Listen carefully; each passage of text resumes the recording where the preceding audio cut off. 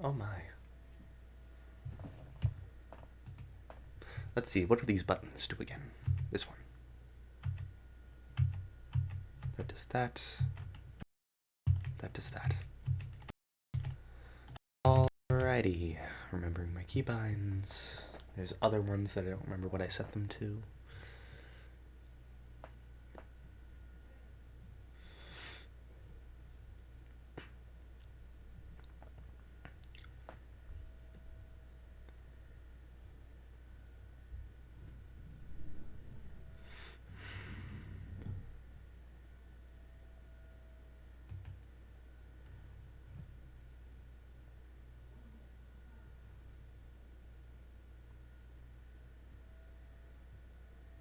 Huh. There's a lot of pop-ups on my stream over there today.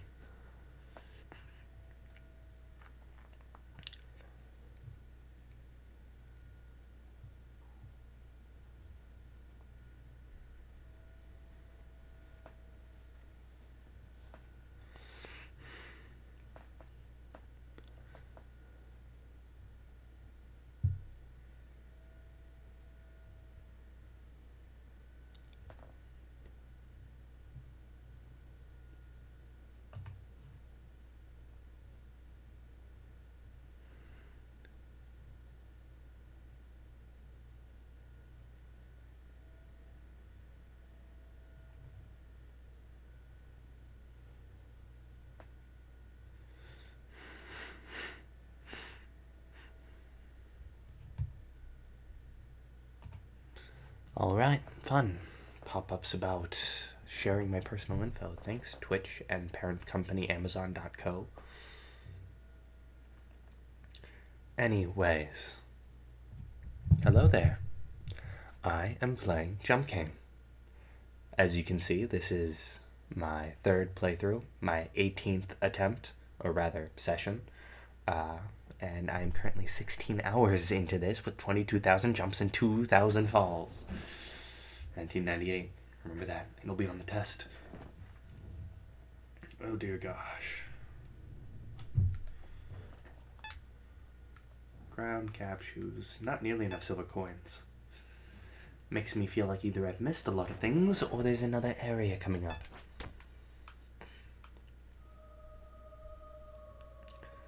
My first playthrough, I got to the top. Second playthrough, I got to the top in under an hour. Third playthrough, I finally came to this place.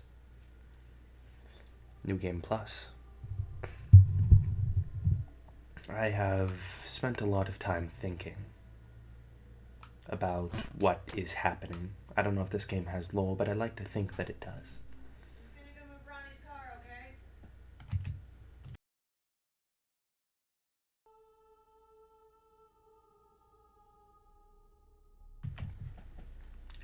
I made it to the top. I went from... oh boy.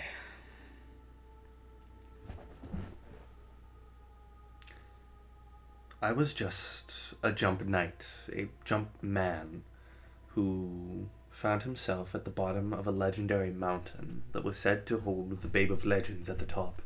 And anyone who finds her will be crowned king, and then, you know, you'll date her, yada yada, classic knight stuff. Peasant becomes knight, knight becomes king, king is happy, woman in power, and all that. And it made sense, you know, I was in a forest, and above the forest was a great drain that fertilized the forest, and above the drain was the keep, which is why the drain was built, and above the keep, it was a false keep, and above the keep was actually the entrance to the city that was abandoned and was only inhabited by a single merchant who had taken claim, and above that was the outpost, and above the outpost was the mountaintop with the impenetrable wind and snow, and above that was the ancient chapel of anticipation, and above that were the blue ruins, and above that was a crumbling tower, and atop that was the babe. It makes sense, but countless people along the way have talked about how they've given up, and how is the babe even real? How could anyone survive up there? And then there's the demon in the place between worlds that told me it was all an illusion. It was all pointless. And then I came to this world, and it looked so similar to the one that I had come from. A bird asked me for my crown to transport me to a new world, but I knew where it was speaking of, and so I simply followed it. And now that little patch in brambles that I had found my way into all the way back upon the first time I climbed that peak and the first time I claimed the babe in my crown, and it was glowing like a portal to Narnia. And I went there, and it was a frozen, mirrored version of my world. A frozen forest below a frozen prison, atop which was an icy castle, above which was a blighted town full of people half turned to stone who were on watch for a man who looked just like me, but they could not recognize me, for their eyes had turned to stone. And above them were beautiful ruins of an outpost or a city. And in it were sly merchants and gullible archaeologists.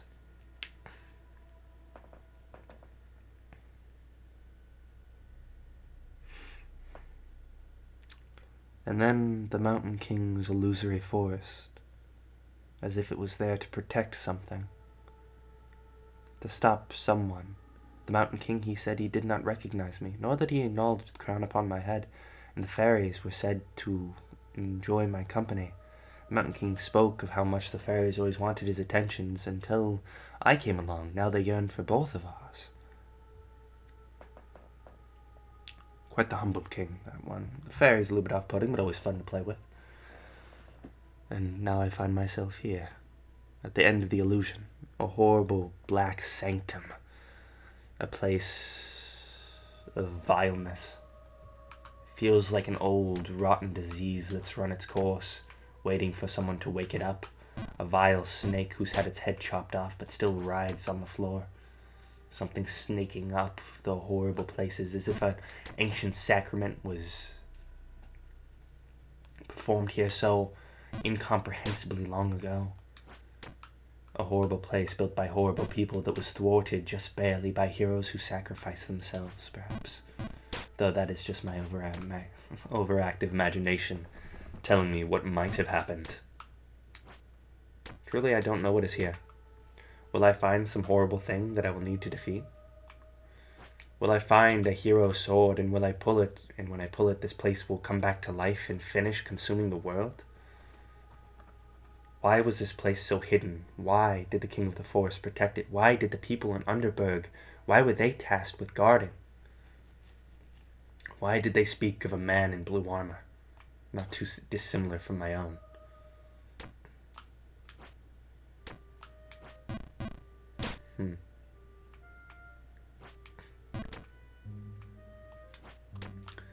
It seems like I am not meant to be here, but then why did the bird bring me? Its feathers so white and pure, perhaps it is simply an atronach of evil in and of itself. I do not know. Why is it beckoning me? Why is this place guarded by so many illusions? Why is the air so thick and sinister every step I take? Why do I feel like I am falling into the hands of something evil? Many times when you face a challenge, it is because there is something sweet on the other end. But what if it is because there is something that is chained and bound on the other end? What if I am not nearing the end of my journey? What if I am not about to start my journey? What if I'm about to undo the end of another hero's journey? What if the hero pulling the sword from the stone is not the hero beginning their quest to slay a great evil, but pulling the sacred sword from the skull of a great evil and unleashing it and undoing the previous hero's work and merely following in their footsteps? What if? I can never truly know.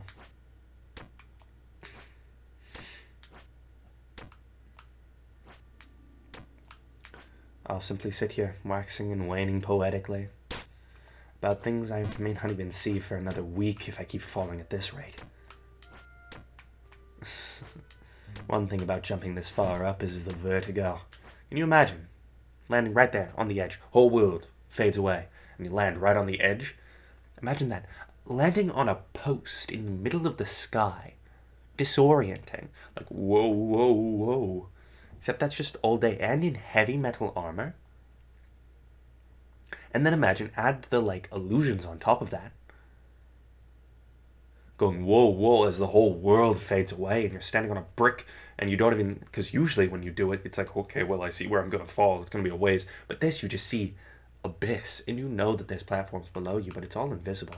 As far as as far as your eyes and your instincts are aware, you'll be following for a while, and no matter how thick my skull might be to have survived 2,000 falls, and then some, I think 4,000 total, if we count my other 2 playthroughs,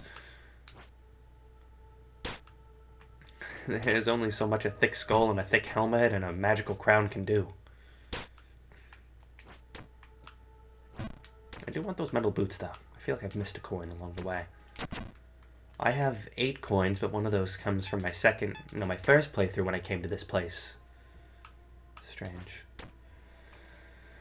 I wonder, pondering about how evil this place may be, what does that even mean if I don't even make it to the end?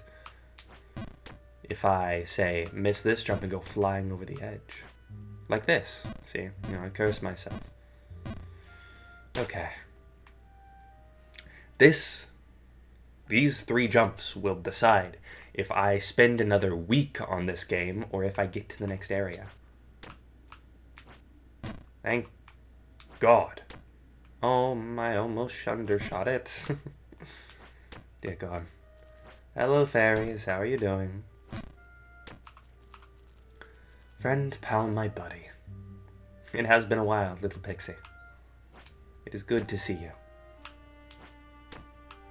This also scares me. I don't know why these little passageways are here, but they're just there to taunt me. To remind me of my mortality, I suppose. Well, I have to go up, little fairy. To play with you is your fun. You love to play in the moss forever longer. I know you want me to stay here forever because I'm fun to play with and I engage you in conversations and all that, but you love to float around and play in the same patch of moss every day after day after day. I, however, do not. My fun is seeing how high I can jump, how far I can jump, how precise I can jump, where I will end up and seeing new places. Through all of my kingdom you have been.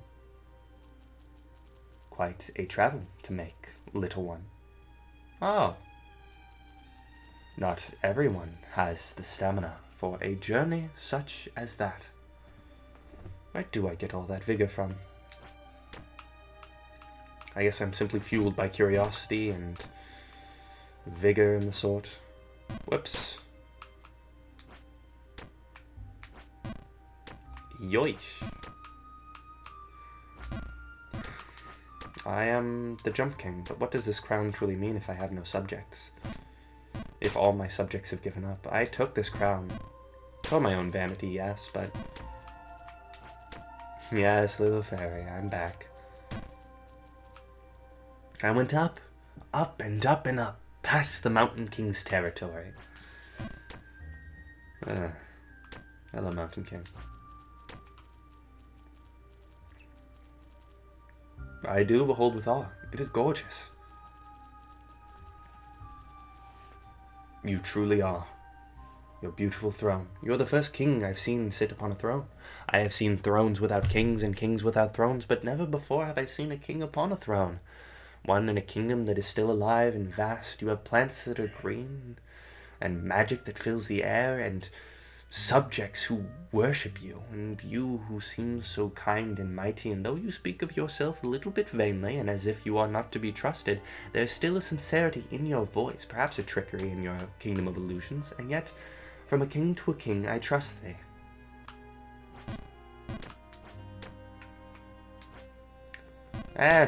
And also I'll be here quite often. Hi, hi, hi. I know.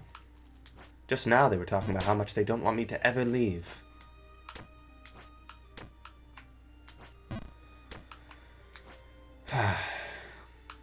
So many things to do, so many things to see, so many things to unsee, I suppose, as well. I keep overestimating that one. Really, sometimes this game really does make you realize how subjective time can be. Jiminy crickets, sometimes you hold the button for what feels like an eternity and then you just go wham. Sometimes you hold it forever and then you just go whomp. I've said the same thing twice.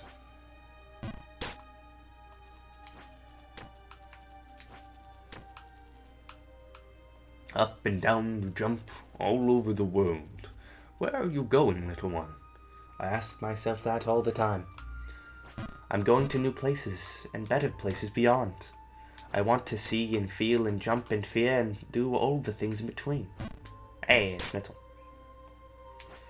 I want to see new things. I want to jump as high as I can. I want to meet new friends and see new glorious places like this kingdom. I was stuck in Underberg for so long, and I was jumping up those ruins for so long that when I found this kingdom, the sense of relief and awe that I felt in that very moment, it was worth the self-torture, all of the... Okay, not that. The self-flagellation. The greatness of my kingdom behold with awe. For I, the king, am equally as monumental. You say that you don't wish to brag, and then you go and say things like that. An ego is healthy, but too much makes a bad king, don't you know? Not to call you a bad king, your subjects seem to be happy. Happy as can be and free as can be. Despite the things you say and the way you say them, and your apprehension to tell me why you're the king and of what exactly you are, and your strange and grand deigns that you are the kingdom of the whole world, I have reasons to doubt, but I do not doubt you and yourself.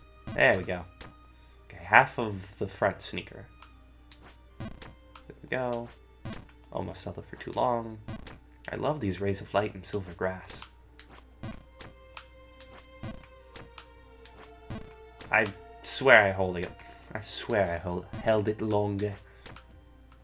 I should do some vocal exercises. Tripping over my own tongue, I am. Red leather, yellow leather. What a pleasant surprise. Red leather, yellow leather. What a horrible fate. I don't know. Really thought I could think of a good rhyme there. Could not. Whoops.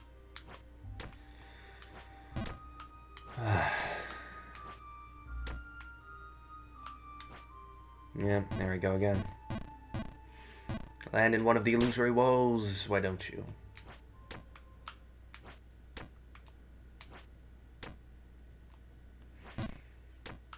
Alright. Back through the Mountain King's forest I go. Fairies seem to not really bother with me this time around. Fair enough. Except this little guy. Can't really get past him. I have to leave this place. Little fairy, for you, playing in the moss is fun, but for me, it's seeing new places. Yes, the fairies do seem to like me, and I like them too. You know, when I played the main level, the new game, I did wish that there were more NPCs, but I do have to say, when they're on the main route like this, sometimes I do exhaust their dialogue on accident, especially when I like to exhaust an NPC's dialogue the first time I meet them. But I have to say, I do love the Forest King's dialogue. They question things that you've never been questioned about the entire game so far. Wow.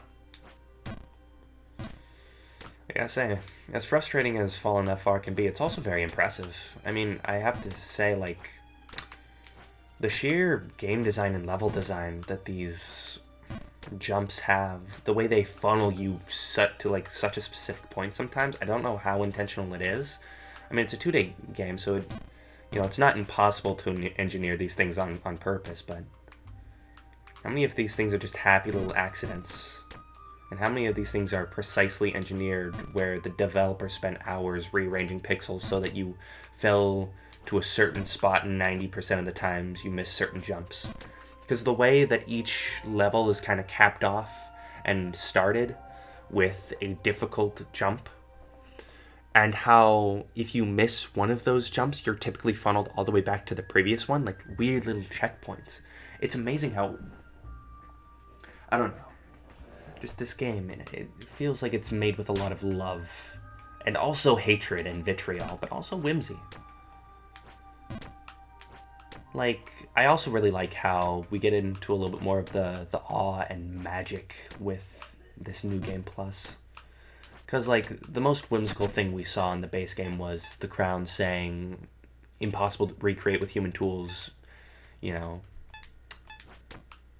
making it seem like, oh, there are things other than humans around. And, of course, we've heard tales of trolls and goblins and other such things. And weird, not gnomes, but people who have been turned to stone by ancient magics, and weird little goblins and gremlins that sneer and jeer at you every time you pass by, who call you best friend because your pain is so entertaining.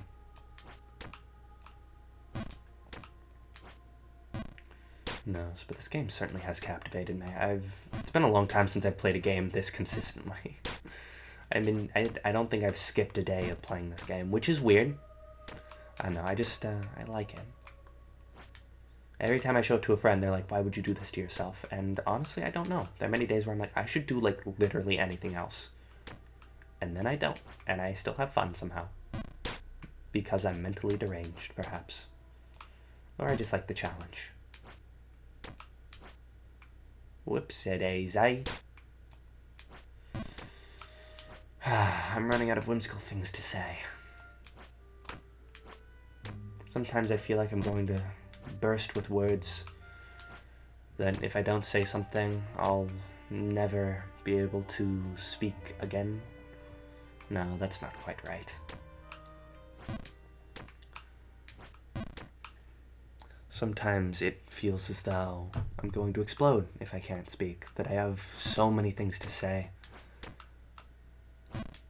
But then I open my mouth and I talk and I talk and I talk, and then I'm out of things to say, and I realize, oh, I didn't have all that much to say to begin with.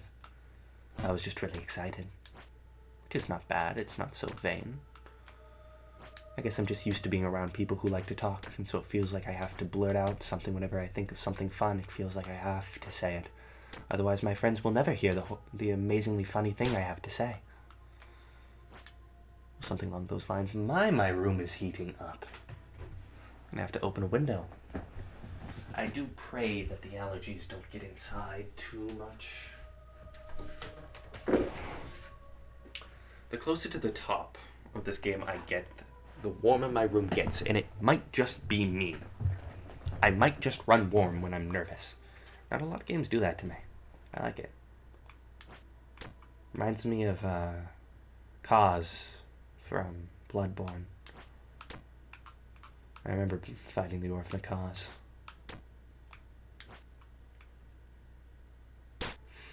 Took me a few days. I did it on New Game Plus. I just sat down and I played for a few hours and then I beat him. It felt so satisfying. It was like Slave Knight Gale from Dark Souls 3. Just the way that the boss didn't feel unfair, that their moves were fast but readable, and each move had a specific counter. Where if they did this move, you dodged forward, and if they did that one, you dodged back, and dodged left or dodged right. And it felt like a dance at a certain point. Like a rhythm game. Which is what I love about Sekiro. Hold on a second. My stream overlay is lagging a little bit. Let me close that. Let's see. I've got a couple things open. No, I don't have anything too unnecessary open. But I'm looking at the overlay, and it doesn't look like it's lagging. Just weird. Just my UI is lagging. I forget what I was saying, but oh yes, right. The way Slave Knight Gale and Orphan of Kaz, it felt so cinematic to fight. It felt like an actual challenge. I don't know.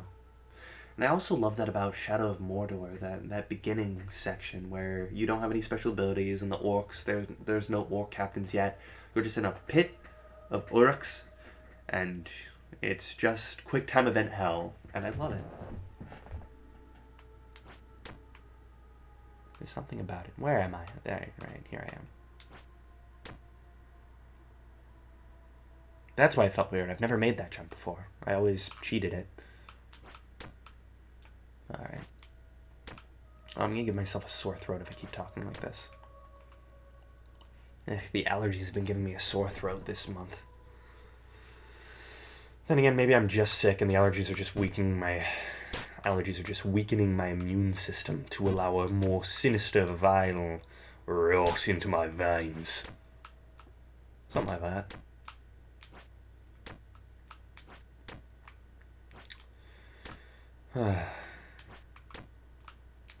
I did not think I held the button for that long.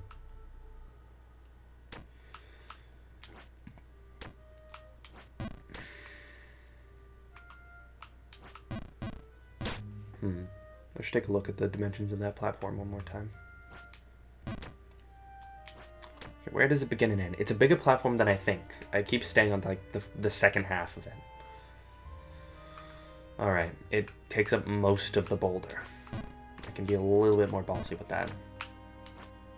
And I need to be. If I want to get enough of a run-up, so to say, to give myself a bigger window, I suppose. There we go.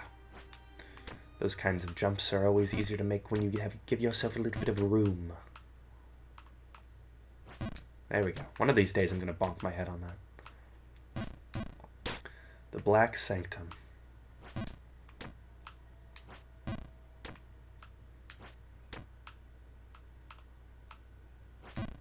God.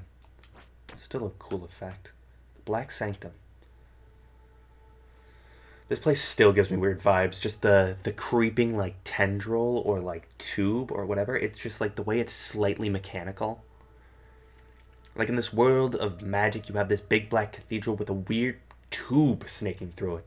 It looks mechanical and manufactured and man-made. Something that does not exist in this world. Something, you know, like machinery. In this world of medieval technology and advanced, well, I guess, kind of a low fantasy setting. I mean, there's, like, fairies everywhere, but you don't, you know, it's, like, hard to harness, I guess, is how I would describe low fantasy. I guess low fantasy would just be medieval with, like, oh, cooking the bones of your enemies into a sword makes it stronger because it makes proto-steel. But, like, not actually. But actually it does just imbue the souls into it, and we got just blood magic, and it's hard to learn, and nobody knows how to do it. I guess this would be, like, mid-fantasy? That sounds bad. Yes. Man, this fantasy is mid. Sophie, do not...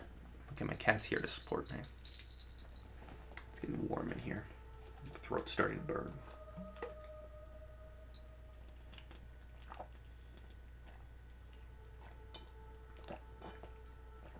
Out of water. Lovely. My nose is also plugged up a little bit.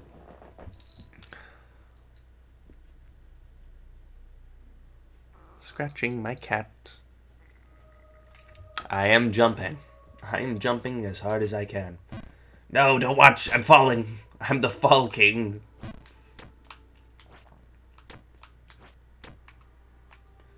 But how are you doing, robotic disco? You being robotic and discoing? I know. Clever joke.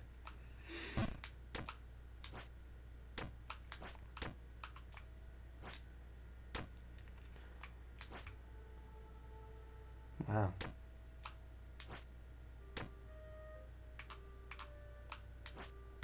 Ooh, I really thought I overshot that. Oh boy. Alright. That's how my first attempt at that jump went, and I was like, oh, illusions? One of these days I'm just gonna walk off the platform. But I was not looking. I looked away while I made a jump. Damn. I'm smart.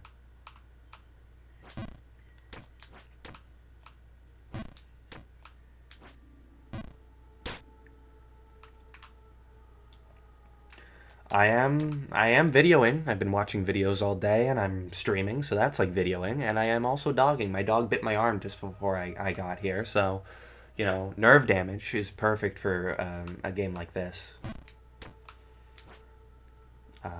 But mostly I've been catting these days. The dog keeps with my mother. The cat, however, just does follow me around religiously.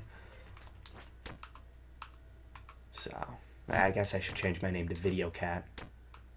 Nah. Never.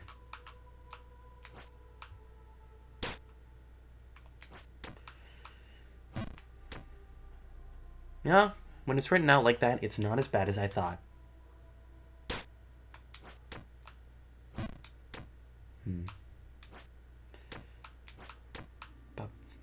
Baba Booey. There we go. Radio Cat? Now you get out of here with Radio Cat 321. That's my arch nemesis. 'Cause I'll do it again. I'll do it again.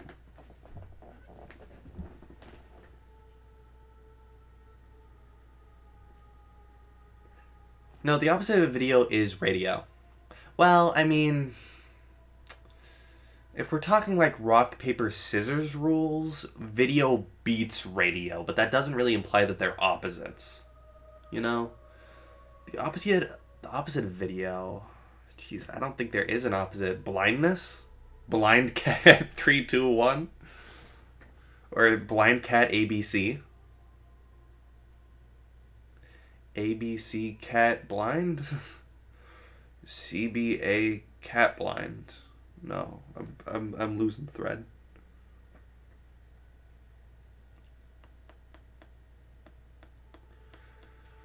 I would accept Video Rat 123 though. That's definitely a contender. That's like my antagonist. Blind Cat ABC. Oh no. My arch nemesis. Yeah, they're my arch nemesis that ends up, you know, like, I think we're, like, starting to like, be on equal terms, but then, like, at the end they betray me, and, like, we really can't get over our difference in ways, and we end up fighting to the death, and I win because I'm the main character. But then Video Rat would be, like, the antagonist who I end up like, befriending, and we actually become friends. And I feel like Video Cat would be, like, the estranged, like, moody person in the corner who ends up does, you know, join our party, but doesn't like officially join, just kind of like helps out every now and again. You know, I feel like that's the dynamic of the Video Dog cinematic universe we're building up here. The lore. If I had any amount of determination, I would go through with that joke.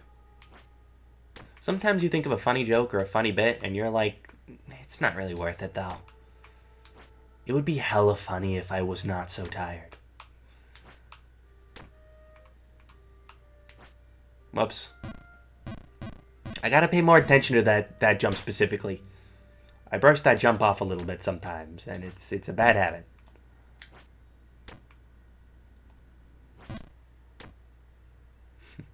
The VDCU actually does sound kind of nice to say, I guess, if I'm being vain about it. This gives me an idea. You know, the other day at work, I was just kind of spent the whole day writing a kid's game in my head. We got Jumpin' Josh, we got, you know, Punchin' Pete, we got Swift Sally, we've got... I was like, okay, and all the dynamics between the characters and the greatness of my kingdom behold with awe, for I, the king, am equally as monumental. Or the VD123CU. Okay, that's a mouthful, but it is fun to say.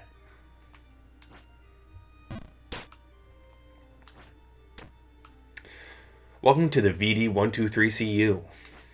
Okay. Yeah, you wouldn't want to say it more than like 3 times in a row, but... it's something. Welcome to the VDCU. Today we're going to be talking about the dynamic between Video Dog and Video Rat. Will they ever come to terms upon their disagreement over the Great Blood River? We all agree that it had to have been done, but it's understandable why both characters would have different opinions on the event. Video Rat had to do what he had to do. I mean, Video Cat was in danger. Was he supposed to just let his brand new friend fall away like that? What?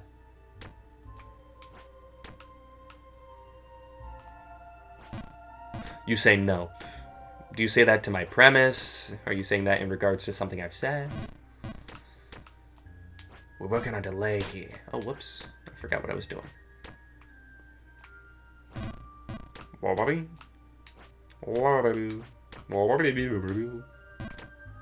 I should get a mic arm. That would make my audio quality much better, I think. I should also probably, like, figure out how to mix audio. I don't know. I just set everything to very negative until they're, like, in the not yellow. But then I listen to it back and all the voices are quiet, so I don't know. Random thought. Sorry. Sorry, I started talking about things outside of the VDCU. We really got to get this concept nailed out, you know. There's something comforting about this place. It feels like the base game. I liked the Underberg, but it was just kind of annoying just because you had to wait for the wind to move. And so, I don't know. It felt arbitrarily challenging, whereas the rest of the game felt genuinely challenging. So it's nice to finally be back to a place that it feels like I'm not being threatened with Underberg, because while I loved the, like, I don't even remember what it was called, but the... Oh, sound like I did on my first YouTube video? Okay. Hey guys, so, today we're gonna be... today we're gonna... Hey guys, today we're gonna into I can't even do like my prepubescent voice, man. I can't. Okay, let's torture everyone's ears because the volume knob is on the microphone. Yeah, you like that? You like the way my voice sounds?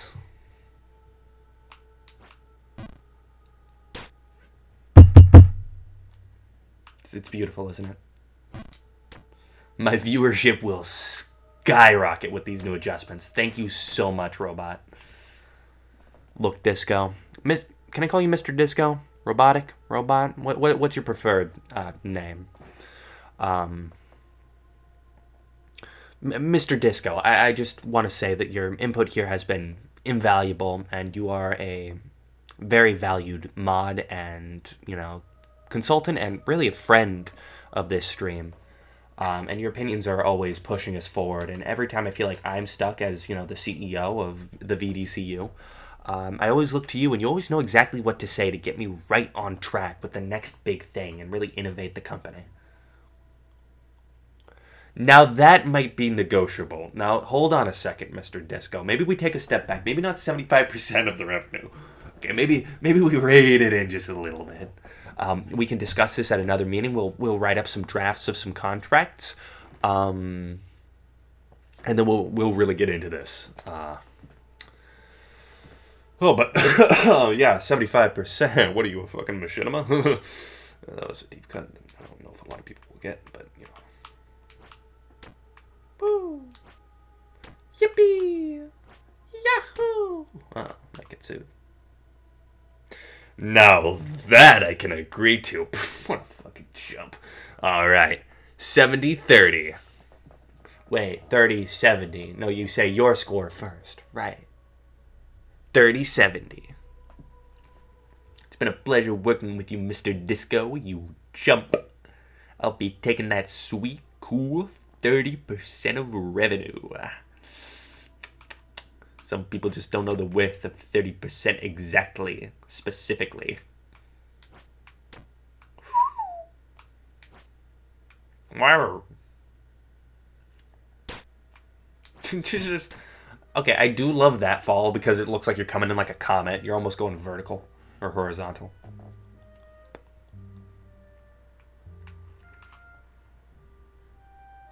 Me the fool? You're the one who agreed. I'm telling you, I'm the one coming out of this, and you're the fool. I'm the one who gets the better cut. 30%? Pfft, just because it's smaller does not mean it's better. You don't understand the... I know some... something. I don't know.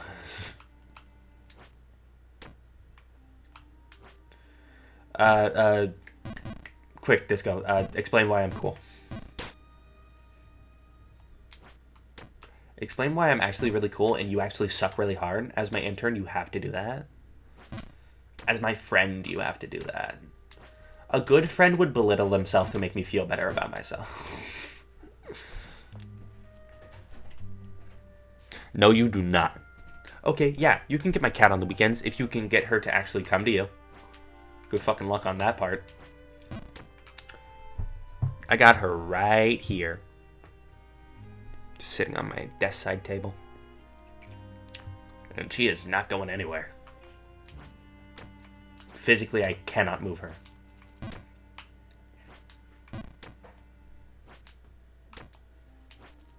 And not even because she's fat.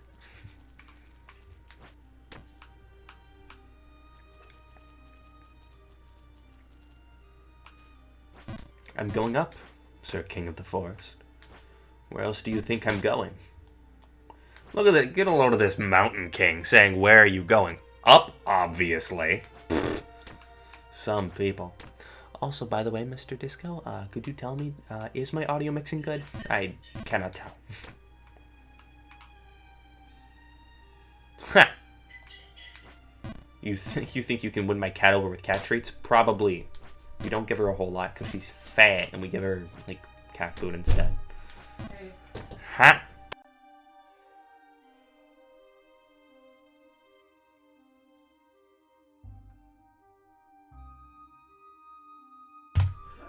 Thank you.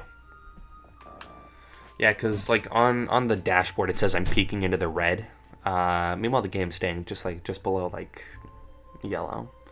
I messed around with it a lot, and every time I listen back to the recordings, it sounds a little bit wonky. I think it's because the microphone's on my desk and not attached to a mic arm, so I'm always, like, going from talking away to it to talking directly into it, you know, so... I found that if I just set the sensitivity all the way up and then turn it down, like, 2 notches, it usually works. He's been really repeating himself lately. Sometimes NPCs will just get stuck on, like, 2 lines of dialogue. I wonder why. Sometimes they will have unique dialogue, though. Like, the first time you get, like...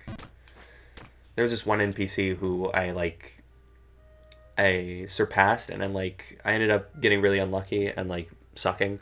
And I went down, like, a bunch of screens, and I saw him for the first time in a long time, and he said, "Oh, it's been a while. I was wondering if I'd ever get to see you fall again." Or something. Yeah, I do like that, but that usually only happens, like, once.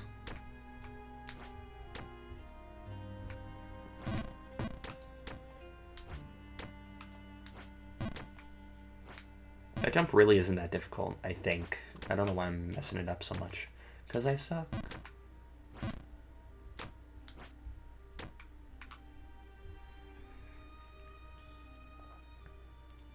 Oh, yeah. I mean, my response to, like, rage games is usually to get, like, slightly depressed. So, I haven't broken anything yet.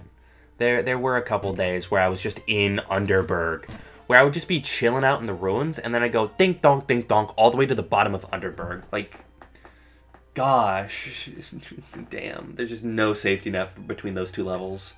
And if you go all the way down, because, like, Underberg is probably, like, the level it's the level that I got stuck on the most. It's the one I replayed the most on my playthrough of this.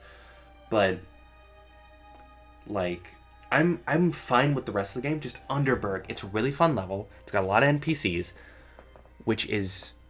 I still haven't forgiven you for showing me the clown game. Oh, Clown Meat. Clown Meat is an adorable game, and you just have bad taste, alright? Yes, the world is very terrifying, but the characters in it are vibrant. You didn't even get to the first city. You didn't even get to give the characters a chance. You saw the aesthetic, you saw the art style, you saw a little clown boy turn into a meatball, and you left. You left before it got good. What can I say? Some people just don't have what it takes.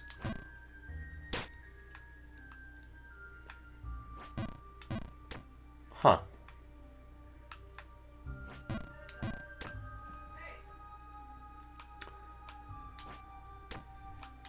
No, actually, you played it a little bit and then you rage quit. That's right. I'm remembering now.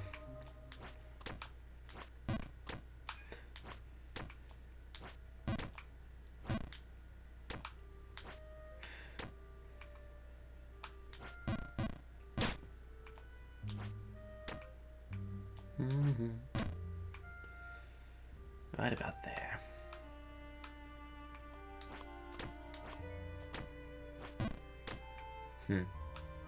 What was I talking about? I don't know. But the thing about Underberg, that's what I was talking about. It's fun, and I loved the level. However, the fact that it's one of the most replayed levels, or rather, there's so few safety nets around it, and so you're more likely to replay it again, or I had trouble with the jumps that sent you back to the start of it, is that, unlike the rest of the game, it has the wind mechanic but no snow mechanic, and it's also very sparsely populated and has a lot of NPCs. If it was just one less of those things, it would be fine, but with all of them combined, it felt like I was not just climbing back up, but I was just waiting for the wind constantly. And so even though the level was fine, and I had basically mastered the level, replaying that level took like twice as long as other levels of similar difficulty took, because I was just waiting for the wind, and the one thing that gets on my nerves in games is like time gates and things and waiting and waiting. Patience is not my strong suit, but so I guess this game did a good job of teaching me a little bit of it. Gemini, so that got me a little bit salty, but other than that, I'm fine. You are so mean to the co-CEO of the VTCU. Don't know when we agreed upon that, but sure. You know what? I never agreed to that, but if you had asked me, I would have. And I don't like why is this path here?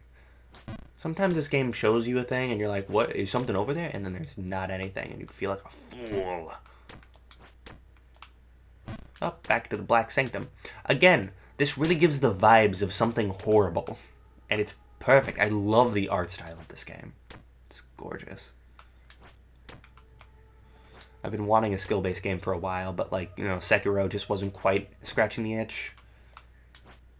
And, like, I don't own a lot of rhythm games, and I got this game, and it's, like, it's not quite what I want, but it's, like, it perfectly scratches the itch anyways. True, you did name the company. You do have 70% stake.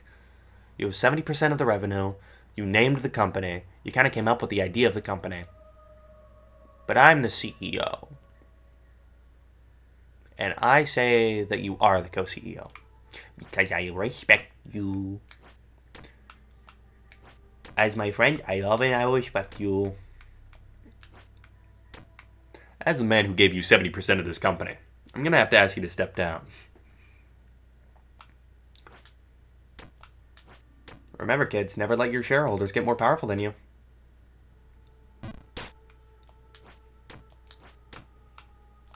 Otherwise, you'll be left with best friends like this guy. Whoa. Look, I know we're having our disagreements, but that is not acceptable. I'll be honest, that hurts my feelings a lot. Not just on a business level, but on a personal level. We can't have you saying those kinds of things around the office. I mean, we're friends, so I'm going to let that go, but just no... Sorry, those kinds of things can hurt.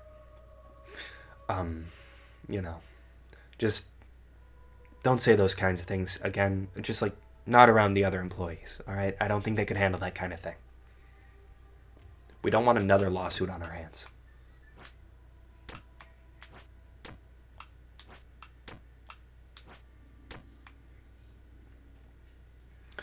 Oh, no. Well, we have no more shareholders. You know what that means? Full creative freedom over our project. That's how I choose to look at it. And definitely will not be checking our stock price. Oh, we have no stock, do we? If I don't look at our shareholdings, then I don't have to comprehend the fact that we're probably broke. Just out of curiosity, do we have any shareholders left after that maneuver, sir?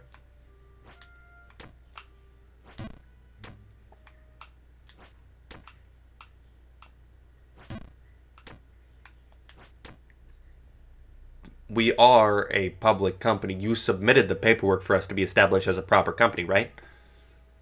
We are making money, right? We are advertising and producing product and pushing product and selling product and making money and investing and increasing our stock price, right? Yeah, we didn't have any before the company started. You didn't file the paperwork, so we still don't have the stock. Okay. Here at the VDCU, things get worse every day. And we can say that with a smile, because honestly, it's impressive, and it's our one claim to fame. Have you ever seen a company fail so hard you feel bad for it and give it money for free? Well, you're about to. Just remember, kids, if you ever see me, give me money. The end. I don't know.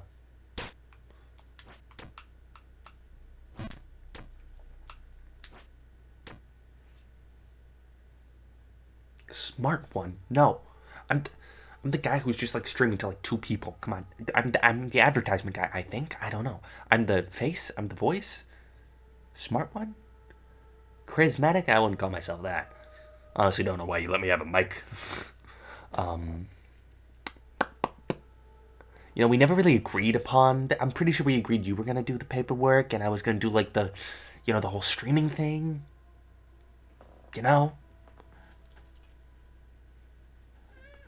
Okay, my cat has my entire arm.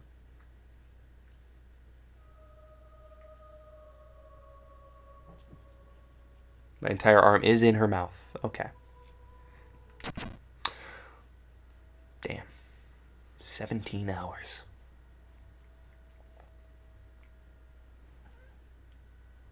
I bought what? A cat? A microphone?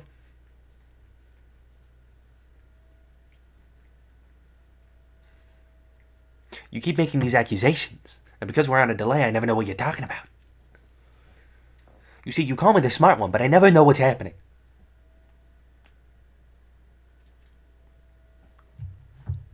Okay, cat has let go of my arm.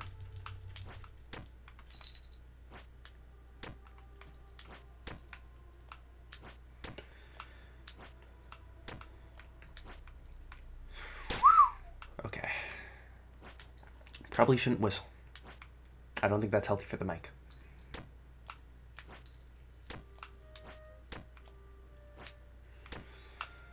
Oh boy. Jumping. Jump King is a lot like a stock price, or the value of your company, or the success of your company, and that it's always going down. And yet when you're not looking, it goes up. I believe in this company, even after all the catastrophic failures we have endured. Okay, weird physics. I still want to know what those big boots did.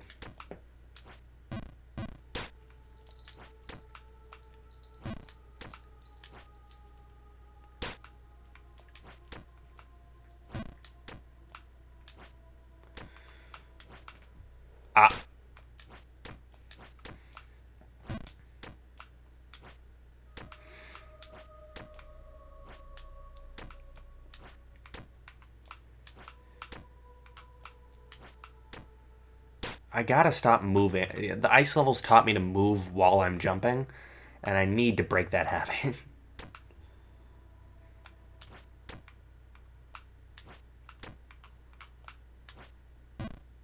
I really thought I was holding that button for quite a while there.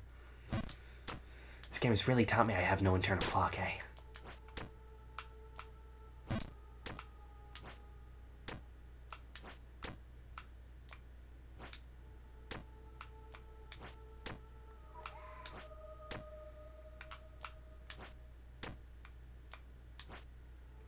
Yeah, no.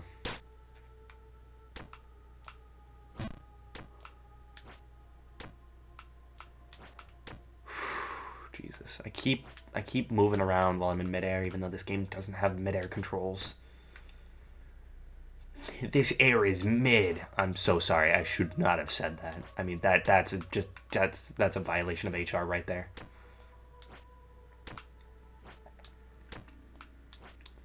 Act 1 as the CEO, I said, the word mid is banned. Again, the M word is banned. I'm sorry, that's on me.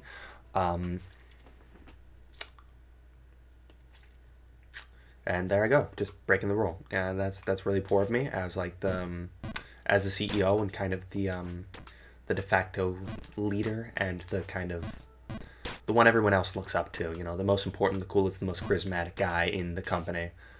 That is really the person who's setting all the examples for everyone else. I really should think better about myself. Yeah, I know. Like, I don't think we had a sponsorship. I don't think that was gonna happen. But like, yeah, I definitely blew that out of the water.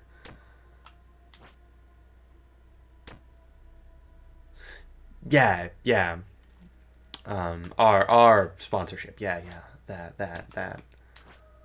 Um, definitely.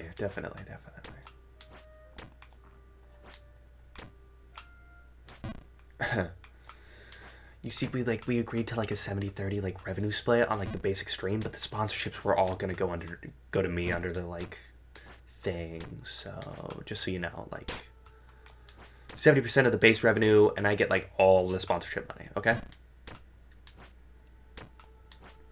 You already signed the paperwork though, so like don't worry about it though. You just like don't stress over it. It's already done.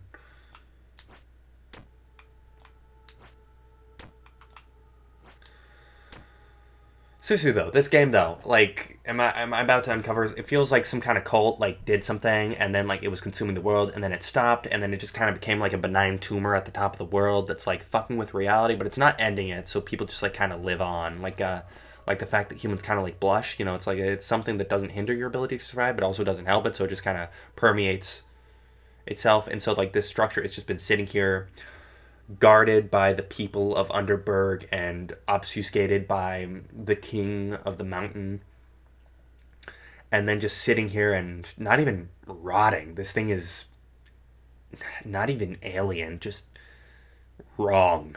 It just sits here, and though it is dead, it does not rot and it does not fester. It just sits and waits for its master to come back, or for some foolish hero in a fucking paper mache crown to come on up and set the evil machine back into motion. Okay, well maybe don't do that, cause I like the money. Don't insult our sponsors. If you insult our sponsors, I'll be sad. You don't want to deal with a sad me on your hands. A sad video dog is not a happy one, and that's bad. Why? Ask our sponsors. That's what happened on 1996. 1998? What was it again? I think it was 1998. Don't worry about it. Does anyone remember the answer to the quiz? No? Okay, that's fair. I don't remember how I got here.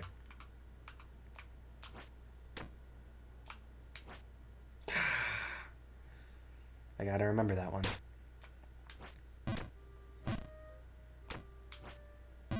Yeah, I had a bad feeling about that. The learning stage. Yeah, okay. That's gonna happen a couple more times. There we go, and better to undershoot it.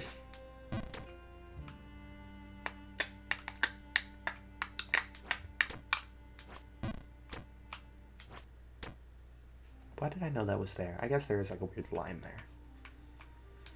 Sometimes I just sense these like illusory rooms. Oh, thank goodness.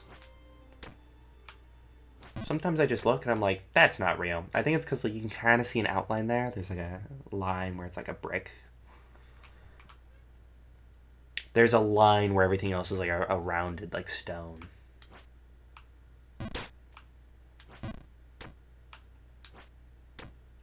Whoosh, Jiminy crickets. Give myself a heart attack. Jumping my way uptown, faces past, horrible cursed structures pass, and I'm bound by the ancient black sacrament that nearly ended the world long ago, but was thwarted by a great king. one who gave his life to seal it away, and that which seals will be undone by a foolish king who calls himself the Jump King, king of no subjects, merely a being who was good at jumping in a world so foreign and guided here by a white-feathered fowl. This king who thinks himself so important for conquering a fake mountain in a fake world, in a distant world so far away that has nothing to do with this reality. I sit here, and I thought I was not well educated, but I knew very basic things, word of mouth, half-truths with nuggets of divinity within them about the world that I came from. But then I come to this world of which I know little history, or even the laws of physics, or the creatures that lurk in the dark.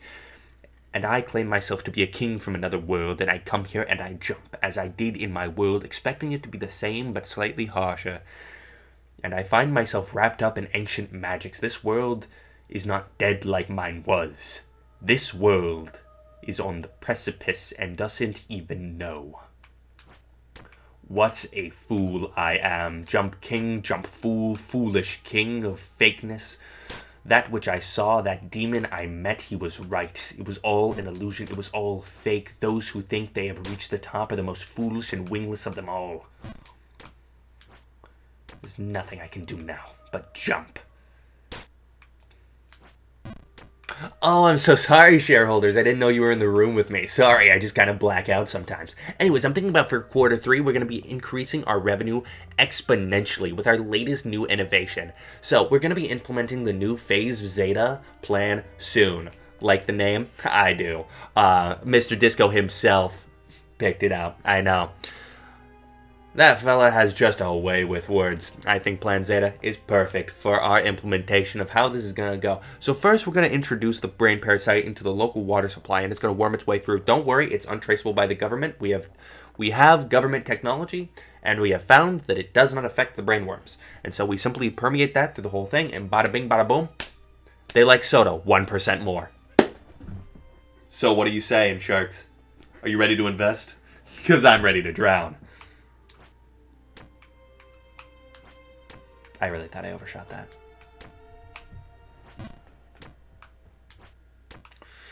Feeling good about my rants today. Sometimes it feels like my brain's rusty, like I haven't ranted in a while, or I haven't come up with I haven't gone insane enough in a while, and then it just starts coming. And suddenly I feel invigorated. Okay. Maybe I shouldn't rant in the middle of an important jump.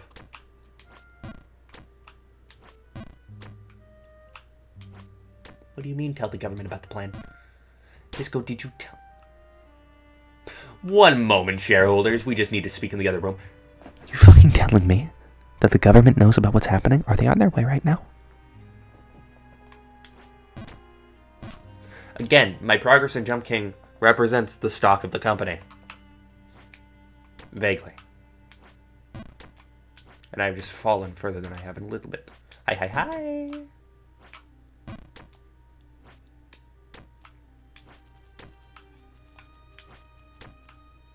Why does he speak like Yoda, but not quite? Okay, we're going on Plan Turtle, and by that it means our whole company is going to turtle. It's going to go into lockdown. We're going to turtle up. We're going to cut off all supplies to external properties. We're going to be cutting off everything, and we're going to be welding all the doors shut. Shareholders, you stay here. Mr. Disco, please follow me to the escape hatch, and do not weld the escape hatch shut. I don't know why I said that. You're probably going to do it now. But, don't, please.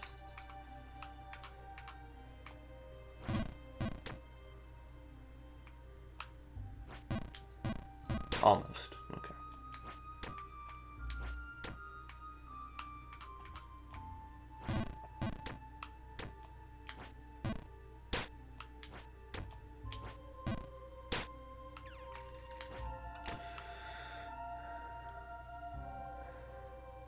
No.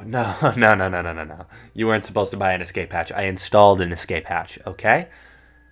Now come with me. It's just right underneath this rug. Password is this. Okay, and let's go!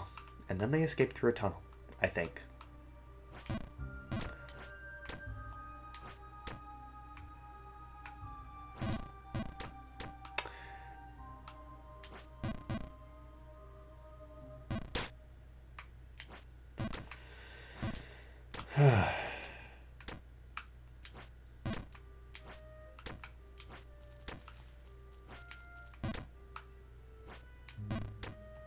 These fairies remind me of the feds. Stay here forever longer. They're like, oh, come on, play in the courtyard a little bit longer. And it's like, I want to go home, guys. And they're like, you're in federal prison. What are you talking about? And I'm like, I'm going to go home, guys. And then I, like, walk through the fence. And they're like, how the fuck did he do that? And then I'm gone forever. And they never see me again. And actually, I was never born. And actually, I don't have a birth certificate. And actually, my parents are fake. And, like, I didn't just lie about, like, how much I paid the IRS. I actually just never existed. I'm actually from another world. I'm actually a Jump King that came here from another world. You see, I was just kind of climbing a giant tower, and I saw some bramble, and I was like, that bramble... There's bramble everywhere else, and it's, like, covering all the walls, but I don't see a wall underneath that bramble. I just kind of started digging, and I went through the thorns and vines, and I found myself in a weird place where there was this demon, and I went past them, and I ended up in a snowy forest, and after I made it back to town, that's how I got here, and then I got arrested for evading taxes by the IRS. You know, classic move. What was I talking about? Who knows? Probably wasn't important. I've got this sore in my mouth, and I hate it. There's like a little bit of loose skin on both the left and right side of my mouth, and the little tiny flap of skin is swollen for some reason, and it hurts to bite, or just talk, or move my mouth. It's awesome. You know, I've got a whole day without going back to fucking Underberg. I hope I keep it that way.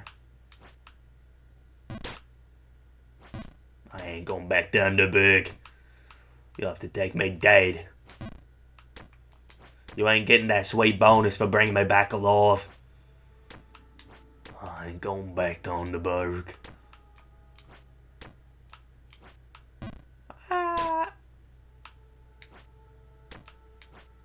What? I held that for like 0.25 of a second, which is actually quite a lot in this game. Okay. Oh boy. Okay. Making my way uptown, faces pass, blades fly by, and I'm homebound. Why are people throwing knives at my face? Wait, I'm on Twitch. I can't pretend to sing. If I sing anything, I go to jail directly. Twitch has actually like a hot speed, you know, dial-up of federal prison. They just dispatch agents to your location if you like sing 3 or more notes of a song that's like above average in popularity. Even if the like owner of the music doesn't want that to happen, it's just kind of like Twitch's right as like a platform and like their connections with the music distribution industry that like even if you own the music, you're not, you know, and like you own the copyright. They have the right to enforce your copyright for you, you know? Yeah, this is my 17-hour, 14-minute, 44-second, 884 millisecond speedrun, yeah. Look, I beat the base game in under an hour, and I'm going to go for 15 minutes in a future run, but for now... Look, Mr. Disco, this game is about... How do I put this? When I played the base game, I beat the game in about 17 hours. And then my second attempt, I did it in 1 hour. And my third attempt could have been 15 minutes. Just saying. 90% of the issue with this game is figuring out the routing and just memorizing the path. Alright.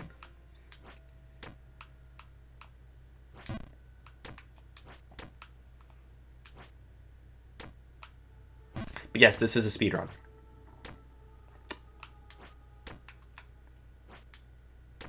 Don't you take that sarcastic tone with me.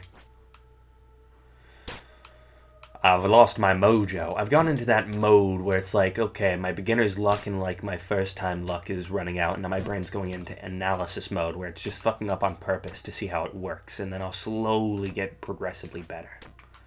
The first time you attempt something is your best attempt. And then the second and third, eventually you just get worse and worse and worse, and then you get better and better. It's like a reverse bell curve, okay?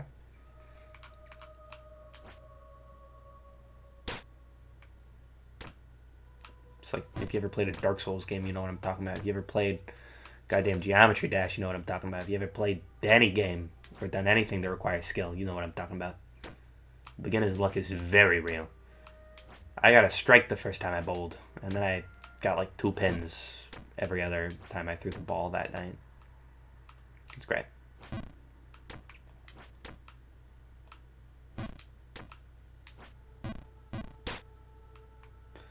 You love Dark Souls. Don't even fucking pretend. You are meh about Dark Souls. You don't hate it. You liar.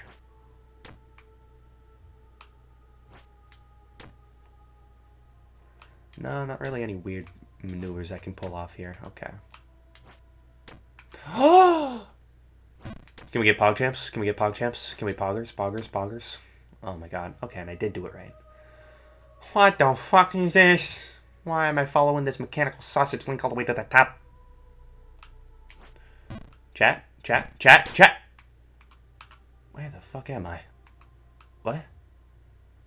Oh, this is where I am. Okay. Hey, never mind. It's not where I am.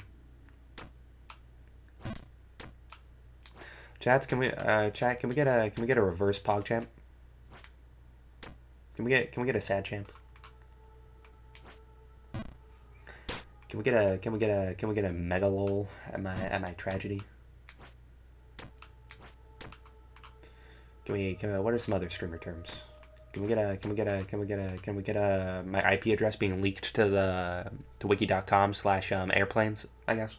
Someone put my IP address in the airplane Wikipedia page. I think that'll really teach me a lesson. Somebody send me their credit card information. I think that'll really teach me a lesson. You know, I'll accept the creeper face. I'll accept it. You know, he kind of looks pretty sad. Okay. Best you can do, honestly, you're the king of compromising. Okay? I appreciate it. I'm the Jump King, you're the Compromise King. You always make me settle for worse. I don't know if that's a compliment or not. I guess that's up to you.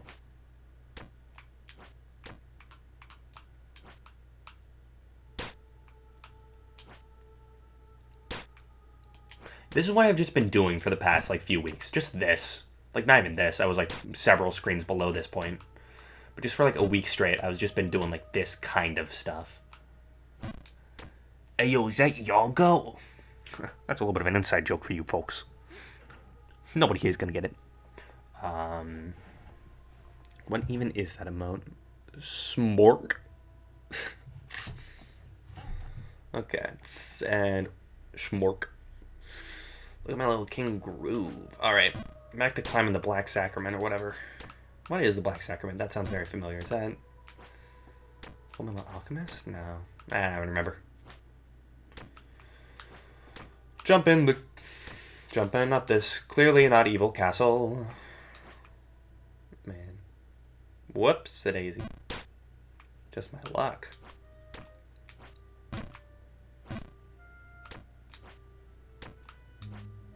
Yep, there I go. I had a bad feeling about that one. Well, I always have a bad feeling. Just it's been Ozempic, no. Okay, there we go. I tried to numb my feelings for that section, because if I were to fall there, I would just kind of be dead inside. What's my favorite color? It's none of your business, but yours is green. Hello, fairy. I am back again. Hello, Mountain King. What do you have to say? I do behold it with awe. It's actually very pretty. It's one of my favorite sections in the game so far. Mostly because I had such a hellish time with the previous area that finally getting here was such a big relief that it mixed with the like beauty of the pixel art and the like novelty of the like mechanics to really make me like love this level even more than I would if it was just like my first experience with the game, you know?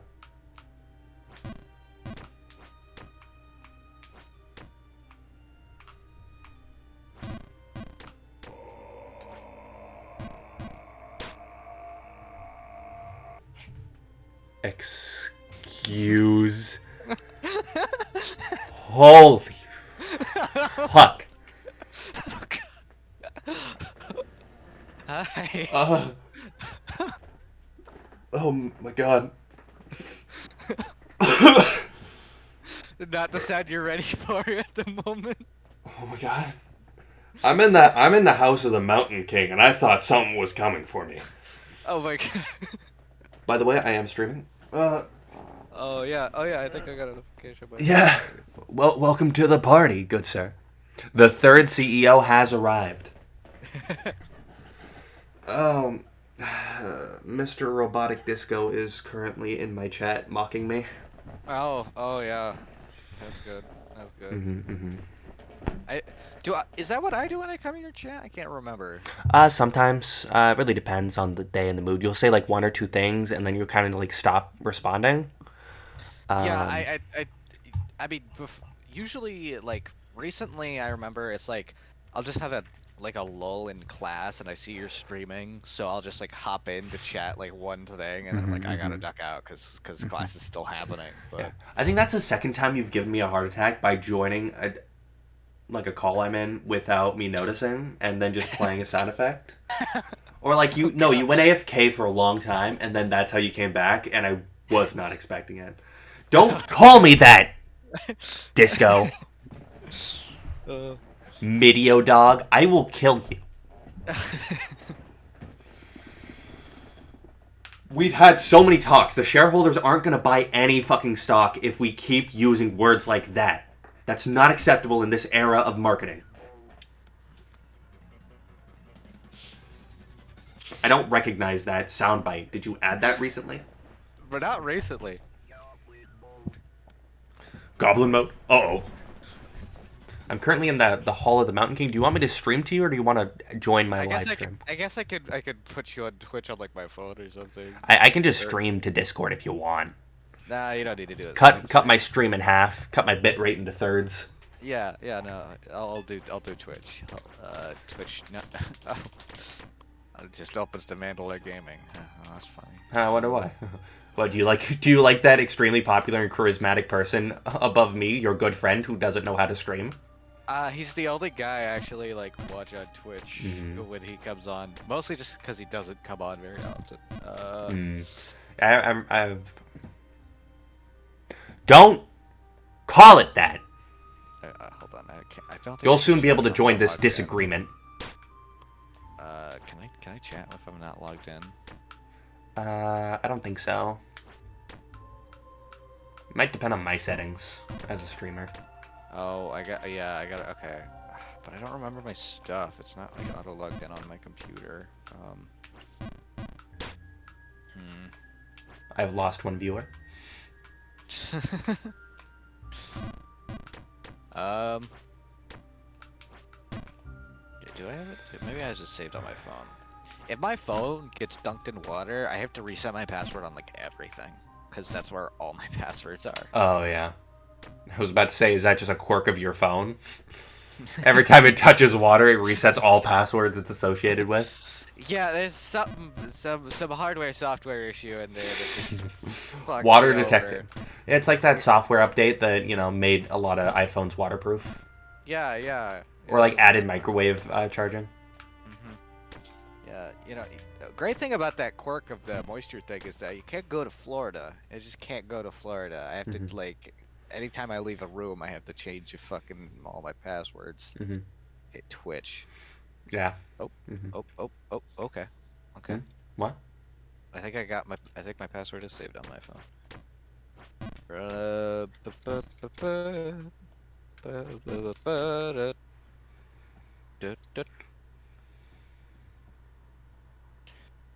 Also, Mr. Disco, we're going to have to really talk about this at the next board meeting.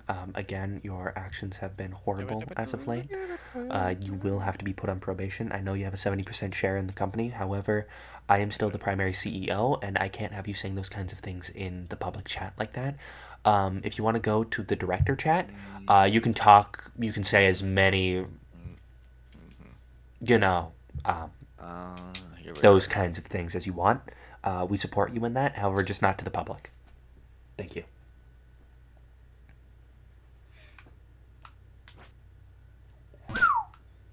Jeez.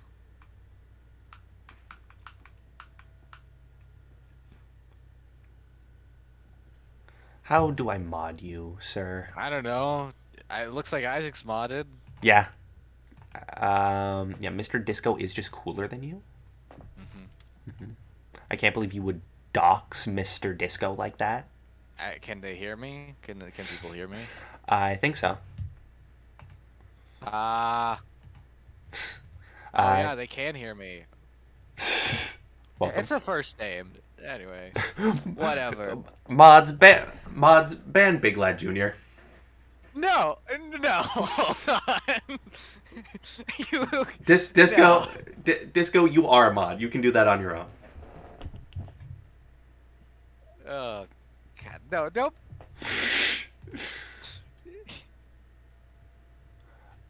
Users in chat. We have Mr. Disco here. We have nobody else really. There's 2 viewers. I think I'm one of them, but. All right. Let's see. Here we go. I found No. Big Lad report channel. No. What? No. You okay there? Don't ban me. Don't ban me. I'm trying to find out how to ban you. Okay. I didn't realize the public could hear me. That's why I said when you showed up. That. Oh. Here. Let's see. Let's see. Mods, shoot Big Lad Jr. Man.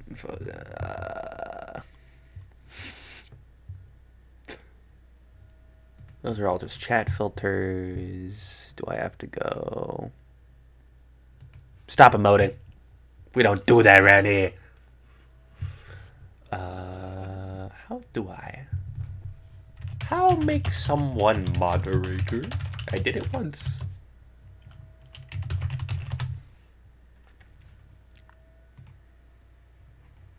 Don't time me out. Don't time me out. I'm your engagement. I'm your Timing community. out. You Timing can't do out. that to me. You Don't- are don't my do that. community. Right now, I'm 50% of your community. Can't time me out. Oh, something like that? Wait, can I just do that from like here of like No. Okay. slash? Oh, it is. I found it. Okay. No. What's your full name? Let's see. Hold on. Whoa. Ah. What? Okay, it wants me to sign in. It doesn't know who I am. I'm streaming. To this account. Exactly. Oh, I'm logged out on Firefox. Okay. Sure, from this website. No, this username How do is you get? join Twitch. No, I want to log in. How do you get community emotes? How do you do that? Where's my You phone? gotta be partner. You gotta be partner for community emotes. I don't know. You think I know anything? You think I'm good at this? Tell me, streamer. You're streamer. Says who? I have 2 viewers. One of Yeah, but I have an average of 1 viewer, and that's probably some kind of like Twitch moderator who's making sure I'm not saying racial slurs every 20 seconds and like streaming pirated anime. Okay? I mean, you could probably get away with it if you felt like it. Yeah, that's the privilege of having a small user base, baby. Is that you could do illegal things and the top brass don't really notice you. Mm-hmm. Oh, hey, Wayne Radio TV is streaming. I wonder what he's. Hey, hold on a second.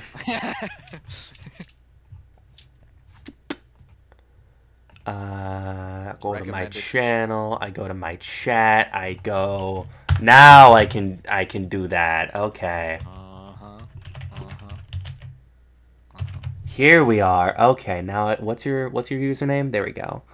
No, I'm glad that's your last message. Oh, Piglet HR. Yeah, I'm Piglet HR. That's me. That's my username. Good for you. I'm modded, dude. We modded up. Show mod icons. Okay, yeah, it's a command. I have to do like slash, like I'm doing like Minecraft commands.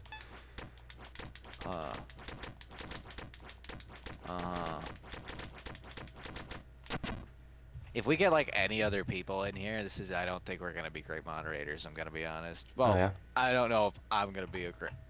Oh wait, hold on. This is easy. This is hold. There's graphics. There's little graphic buttons. This is gonna be easy. Never mind. We got this. Yeah, yeah. Yeah. Okay. Does that stream overlay look good? That all looking good? Just like the framing. Yeah, I just rearranged the frame. There's still some black bars on the top and bottom, but whatever. Yeah. No, I don't see Alright, the alright. top and bottom. I just see the pillar boxing on the left and right. Cool, cool, cool. Wait, has this game always been in 4x3, or is that just the environment you're in? It's always been like this. Wow, I did not know this. Sometimes I will go off screen. Like sometimes there was one time where I went left. Anyways, yeah, welcome to the Forest of the Mountain King. What is this? What is this jump? What is? How That's is the jump. what? That's the yeah. Give yourself a That's second just to catch up. That's just the jump. Oh yeah. Okay. This I place was is nothing but illusions, man. It's all fake. very, very Zelda. Okay. It's not what you think. It never is. Never trust your eyes, I guess, around this shithole. Are we done with the forest, or is it just the beginning? Oh, we're near the end of the Mountain King's domain, I believe it was. Ah. Run Yeah. into any fellow little guys you talk to? You know, little guys with the dialogue and stuff. Yeah. There were some fairies that I saw originally in the first level, and then there were more fairies just playing in some moss, and they actually talked to me, and I was like, "What the? Who's talking to me?" And I was like, "Oh, the little fucking glow lights." And then there was also the Mountain King. He was pretty chill. Just talking about how cool his kingdom is and how it spans the entire world, and how he's the best king because he loves his subjects and his subjects love him, and that he's also the only king ever. Therefore, he is default the greatest. Also, now we're in like fucking dead evil town, like some kind of ancient evil that's been sealed away for eternity. Like I'm gonna find Excalibur and be like, pull it out of the stone and like I'm the hero, and then realize that it wasn't a stone; it was actually the skull of a giant demon. And I'm actually just gonna undo the previous heroes, like all their work. You know, that's the vibe I'm getting from this cathedral. Like I'm gonna wake something up that has been benign. Like It's like a this sword in the stone, except you pull the sword out, and it was like a magic seal to keep the demon that. exactly. Yeah, like yeah, that sword. It's like that was ancient runic magic on that sword. You fuck. It's not a good sword. It just closed the gap. You know, I wasn't guided here by an angel. It was actually the demon trying to get out. Yeah. So, you know, I'm not actually a hero. I'm an antagonist. What's this Messiah? What's another thing that does that trope? I watched the video. You remember Messiah from the Roblox Oof? Oh, right, that whole H-Power Guy video. Yeah, H-Power no. Guy only mentions Messiah briefly, but the game where the Oof came from. Mm, I watched a video about it. It's really? seems alright. Seems alright. Mhm. You know. Yeah, are these like giant chains? I also really don't like the very mechanical like serpent thing. It's giving serpent. It's giving mechanical. Everything so far has been like medieval technology and magic. That looks It's giving very, construction site tube. which feels very out of place in the aesthetic this game has established so far. I mean, also the Yeah. giant black cathedral. It feels like a tumor that It feels like is a piece malignant. of decoration that you're gonna get to the top floor of, and it is going to have a head on the end of it. Or it's going to be Like, plugged into something horrible. Oh, it's like oh, there's this great level in Sanabi, kind of like that, where there's like a background element, and then like it starts starts fighting you. It's great. No, it's good stuff. I like skipping Yeah. the jump. Okay. So no more wind gimmick. Nope, that's just Underberg, which is a place that I get sent to a lot. Technically, if I followed Still? wrong, no, actually there is like a little cup, but if I finally found like a little safety check, a lot of levels end and begin with like a little bit of a skill check that's kind of like, no matter how you fall, you'll always end up right here from the previous level. Like, if you fall in the next level, like really bad, you'll always end up right here. And if you fall there, then you're going to go all the way back down to that. You know, there's like weird like little checkpoints. There's none between Underberg and the weird ruins, but luckily the enchanted fucking forest has got some like little cup hold, catches you and gives you one last chance to save yourself. A little bit of a cushioning. Yeah. Yeah. You have the tolerance to play this game that I just do not have. I like thinking that I'm better than it. You know, if I was funnier, I would have smashed something when I fell that like 2 feet.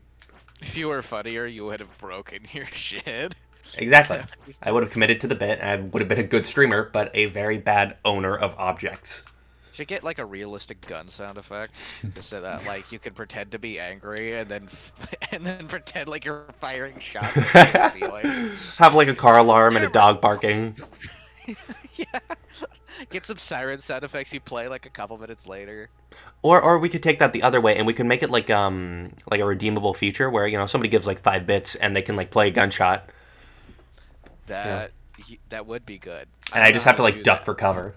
Yeah. Yeah, yeah. I don't know how to do it either, but I've seen people do it. I know it's possible. There we go.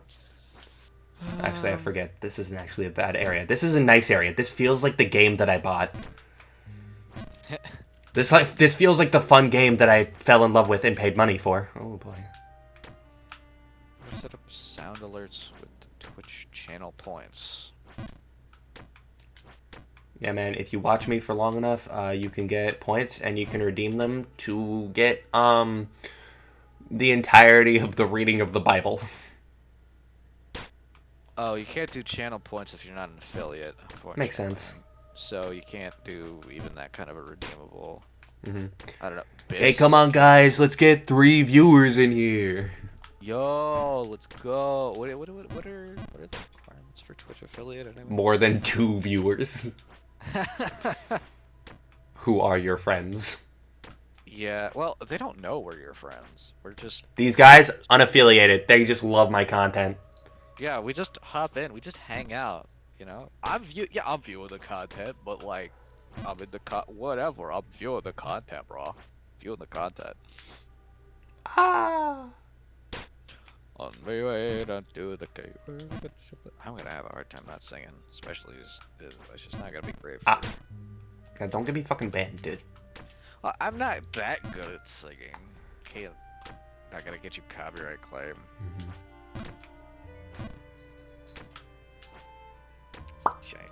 I love invisible platforms in my platforming game. It's actually much better than every other gimmick so far.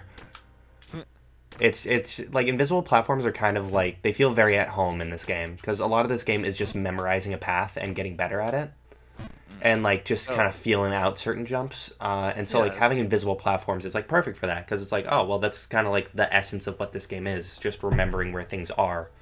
It's not as reactive as some other games. Yeah, this game is not very reactive. It's more memory based, honestly. This game is a fucking memorization puzzle. It's like, okay, how long do I hold the button, and where and when and what direction? I've got like 3 controls, and it matters a lot.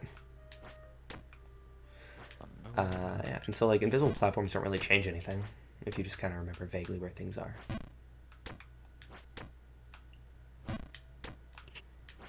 I was streaming back there for a second because you didn't fall, and I forgot about the invisible platform. Oh yeah. Okay.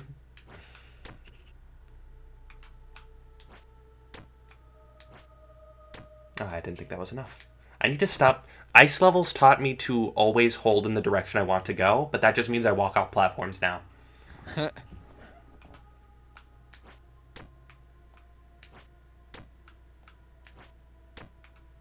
There we go. Okay. This is the highest I've been. I've seen this screen once before, and I flubbed the jump.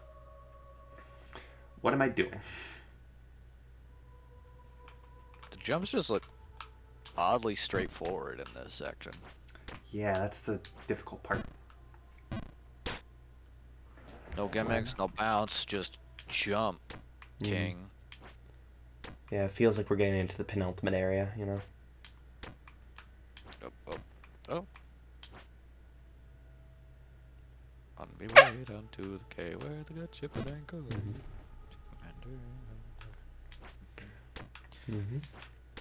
Some really good artists that we did a critique on his self-portraits today, and there's some really good artists in that Mhm. class. Oh yeah. Yeah, there's just a lot of really good artists. That, you know, you, like at any level, really. Always. I mean, everyone has a picture to paint, a story to tell. Yeah, yeah. I guess I say good artists, and I mean I do think that they will make good artists, but like they're good illustrators Hmm. is more of what I was getting at. Like they have the skills. Like they have very, They clean have the lines. skills, yes. I Hmm. could, yeah. They're and they definitely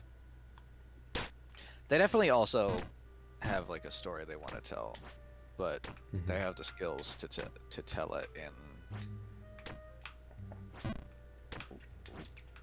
Oh, huh. Hmm. That's a pretty safe fall, isn't it? Yep. It's like I never know what ground to trust, but you figure it out after a while. Of like this right here, solid ground. Looks like it's a 5,000 foot drop. It's not. Yeah, it's This over here though, solid ground. Nope, fucking air. That's grass gas. That's actually a yeah. No, cloud. Really, really quiet and very calm cloud. checked in on any Warframe stuff recently? Sorry, tangent. No, I have not actually. I have a coworker who likes Warframe and tries to get me to play it every now and again, and I do a little bit, but I haven't really taken note of what's new. It's just, it's More just hard. characters and stuff. Hmm? It just feels so. I don't know. I feel like it's hard for me to get back into. Yeah, yeah. There's like a threshold where like there has to be a certain amount of new content before you can really feel like you're playing the game again. Yeah, It yeah, just and it's hard to forget those years of grinding and just carving it into our skulls. like even after the like sort of forgiveness of Warframe I had, Hmm. that because there was that time I was really salty about it, but even after I kind of felt like I got over that, it's just it's more of a calm realization of like, yeah, I just don't really like if I'm playing a game. Oh, I didn't realize that Yeah. was a thing there. Hmm. This level's very nice. You are seeing this game out of order. I will say, part of the reason I love this game that these whole sequences that I'm just kind of blowing through, like they blew my mind the first time I went through this area, and it was like Mm. the fact that I didn't give up and I didn't like turn on the accessibility features and I didn't like cheese through Underberg made it all that more satisfying when I'm making this fucking jump and suddenly I'm in a forest. Mm. Like I don't think you've seen that part yet, but I was just like climbing and I was like, these platforms are getting very thin. How are we gonna break up this area? Am I almost at the end yet? And then woof, in the middle of a fucking forest was how that section ended. I was like, what? And then there's a bunch of fairies and the Mountain King, and I'm like, what the? It was amazing, and the sense of relief and also awe, just like the beautiful art and the just change of scenery, it was like immaculate. Like that's what I play these games for. It's the catharsis of the release of like all that frustration finally going away, and being like, oh shit, right, I like this game. Like this game is beautiful art, and every time I get to a new screen, I'm like stunned for a few seconds because of just how pretty it is, and I'm like, whoa, something new. And also like these jumps are fun. I like getting better at it. That sense of like doing something, and of course I could be doing something more useful, like learning a skill. But playing this game also really encapsulates those feelings pretty nicely. I like that feeling of getting better at something. And this really bottles it and injects it directly into your veins sometimes. Although it is unfair at a lot of points. Well, not even unfair. Well, yeah, unfair. Definitely unfair. You ever tried learning a speed run? Um, I've dabbled in it like twice, but I probably should. What for? Like, what was it? There was this one game that like the YouTuber Lumpy Touch released. It was a game kind of like this, and like I never actually got it, but there was a speedrunning ending. You had to beat the game in a certain amount of time to get the good ending, and I played it over and over and over, and I never quite got it. And it was a little bit janky too. And like this game, I did a little bit of speedrunning where I got the under an hour achievement, where I beat Oh, the main game in under an hour. nice. And yeah, and so like once I'm done with this, I'm probably gonna play it again. I want to at least get the under 15-minute achievement for like the main game. And I want to see if I'm any better at this once I finish it all. Because that's the thing, like, it took me like 17 hours to do the main game, and then my second attempt was under an hour. Which really solidified this game's gameplay loop for me of like, oh yeah, like, it's all about memorization. Once you know the path, it's not actually that hard. Yeah. It's all about just remembering. It's like playing the piano, weirdly enough. That feeling of just like memorizing the notes and then just like getting your fingers to execute it. Like, what's the path? How long do I hold each key? When do I press each key? What direction? You know, what pedals do I use? It's like a piano with one key, but like all the foot pedals. It's interesting that you compare it to piano, because, like, in a sense, I think you're right, but also there's some skill sets that come with piano that I think are more adaptive, right? Like, like sight reading music and stuff, right? Being able to play from, but in a sense, that is still a kind of memorization. It's just. I mean, this game has sight reading too. I just suck at it. And if you fail, I mean, like, this is how I read sheet music, I guess, where it's like, I fuck up, I go back fucking 10 bars, and I try it again from the top. I mean, like, I call Sekiro a rhythm game, so, I mean, like, maybe there's something wrong with me. I gotta say, this game is about 10 times more fun with people around. Yeah, that's, I don't know. It seems like that's the vibe I get when Video essays do numb my brain after a while. Yeah, it's only like those are best digested and not one after another. Oh yeah, for sure. How many times guys watch Ted Nivison talk about the Barbie movies? He only did one video, but it was very long, and he talked about the clone theory. And then he watched the Barbie movie, and I was like, I was fucking wrong. It's a good movie. Good video. I don't even remember if I finished that video. I don't know. Oh, I've seen it. Yeah, I've seen it. I just don't remember it very well at all. Cause I don't know, it just didn't stick in my. Now that I think about it, I remember some things. I don't know. I guess I just curious. Barbie is a clone, and her sisters are just herself at different stages of her life. And her ultimate goal is to become a like pseudo hive mind that absorbs all knowledge of all skills, and then eventually reset the heat death of the universe. Everyone is Horatio. The ratio is Horatio. The Horatio ratio. Don't know why I put a timbre in my voice on that, but here we are. The golden Horatio. Hell yeah, horseradish. Horseradish. Horseradish, beans, chili pepper. That's dinner for a man right there. I'd eat that, and then I'd eat it a second time. Down the pipeline.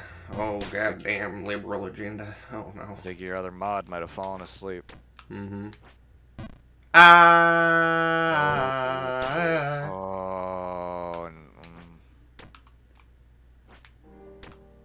Oh, I love that piano riff.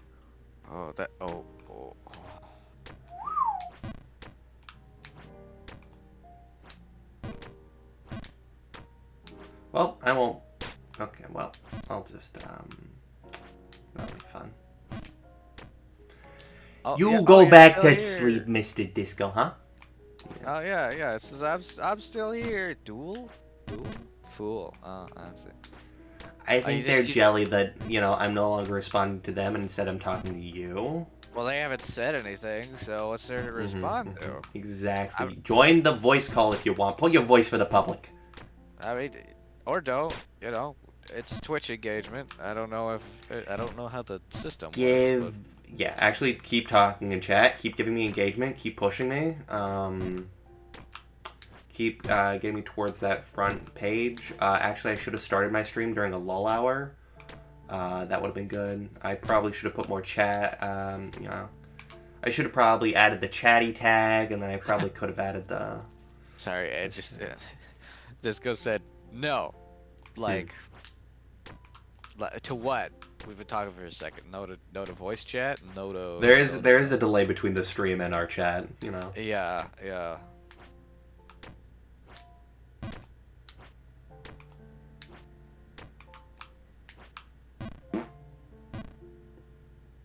Quite the delay, apparently. Yeah, I do love this level. I don't know what it's called. I keep missing the like name tag in the bottom left every time I go in and out of it. But like some kind of ruins. It's very pretty. It's got that water. It's got that white. Oh, Underberg. Oh wow. Oh my. This is what I love about the wind mechanic and how it's just completely RNG based. Oh, the stream is so behind. I didn't even. You. Whoa. Saved by the skin of my crown. Yeah, the stream's so behind that you said, oh, Underberg. This is what I love about the wind mechanic before I saw you go into. Sorry for the spoilers. Yeah, bro, spoilers, bro. I've been been struggling with some spoiler stuff with like my cousins. I don't know if I mentioned this yet. Oh, do they not have a zip on the lid, or they just like one of my cousins? She just doesn't like.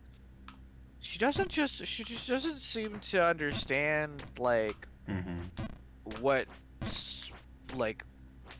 what a spoiler is. In a way, yes. Like I've had coworkers be like, "It's not really a spoiler though," and then say something that I would consider a spoiler. I'm like, "Yeah, well." Yeah, like you first of all, you can't say no spoilers and then say something that is like revealing to.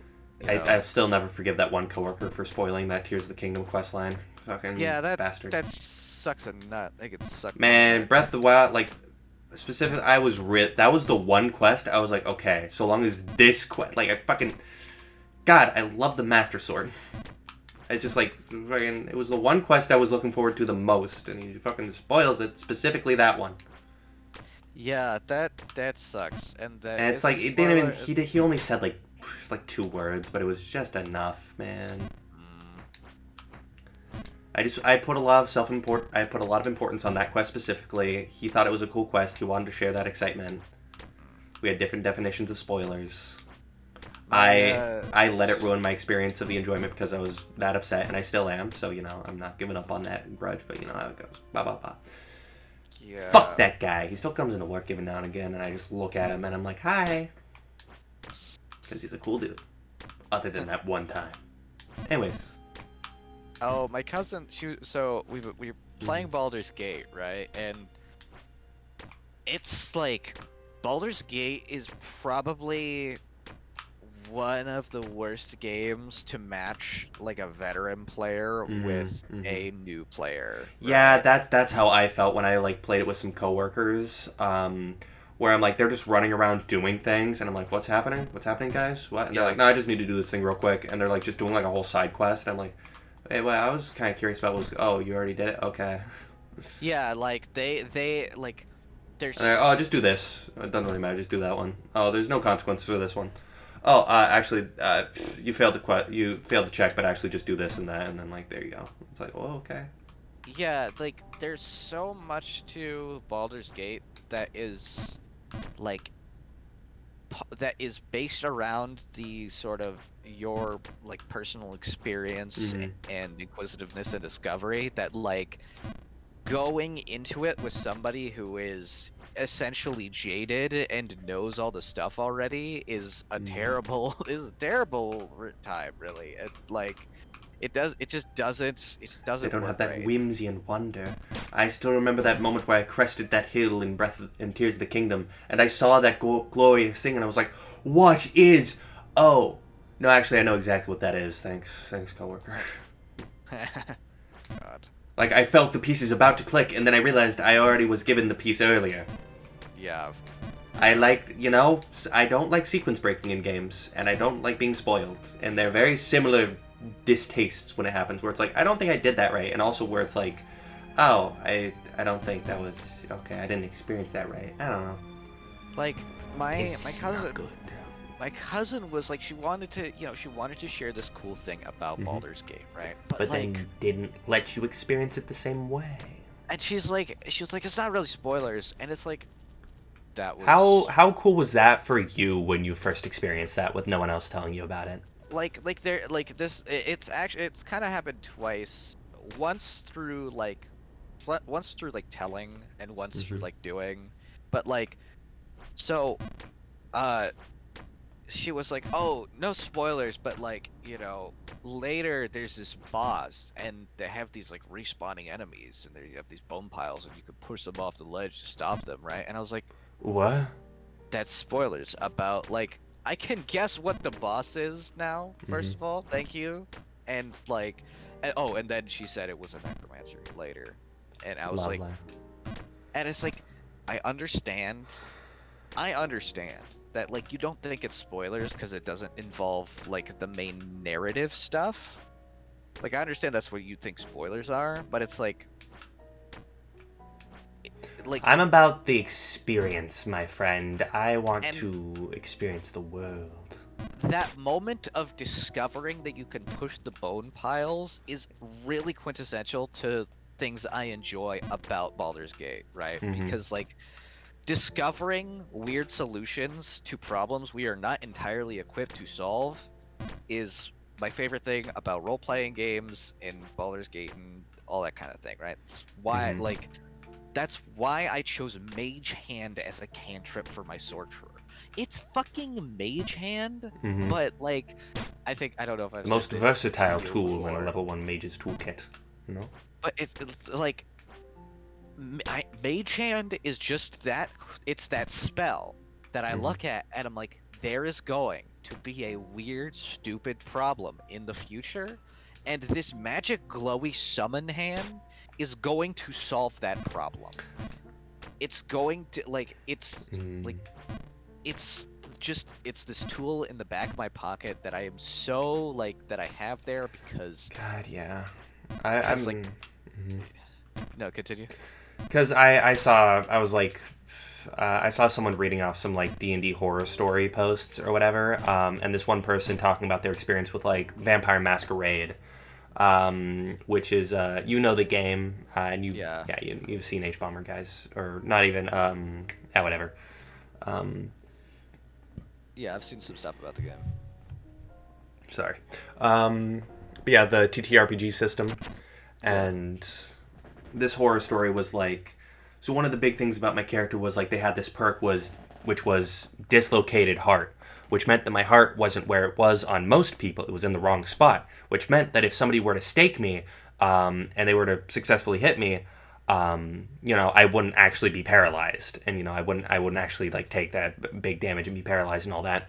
And like I took a bunch of like negative traits for this like very thing, powerful Yeah. thing, and I spent this whole like playthrough keeping it hidden from like all the NPCs and even like the other players, and only me and the DM knew it, and yada yada yada. And then like there's some weird things where DM tried to hit on me, I rejected him, yada yada, and then later Oh. on, one of our characters, one of the players at the table ends up betraying the party, as happens often in Vampire Masquerade. It's part of the system. And they end up fighting me, and they manage to successfully stake me in the heart. And at this point, you're supposed to become paralyzed, fall to the ground, blah, blah, blah. But I have a dislocated heart, so my character falls over paralyzed like normal, except I'm not actually paralyzed. You're feigning it, yeah. Yeah, except as soon as they hit me, the DM sighs and says they have a dislocated heart, they're not paralyzed, which completely ruined the moment for me, and I will never accept that it wasn't because I rejected them. How fucking Well, dare they? that's like The it, whole point of this skill is that in this role playing game where betrayal is important, being able, as a vampire, a creature of the night and trickery, being able to feign being staked in the heart is very important. And when you're fighting other players, keeping that a secret from the whole table is very important. And even if you are fighting an NPC, having that big, actually, guys, and come to save the day moment is very important and cool for your personal, like, this is my moment, my secret has come out to play, and also the and enjoyment of the others of like, holy shit, you know? And the DM just says they have a dislocated heart, they don't get paralyzed.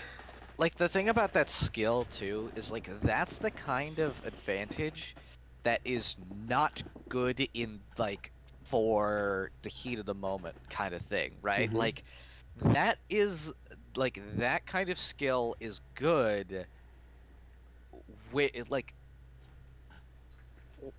the moment you have to use that, you don't want to have to continue to be in the fight at that moment, right? Because you are clearly at a disadvantage. You just have a Somebody has stake in your fucking chest. Somebody put a giant wooden rod through where my heart should be, but luckily I was born with it to the left instead of the right, or whatever. Yeah, like Place the heart on. this.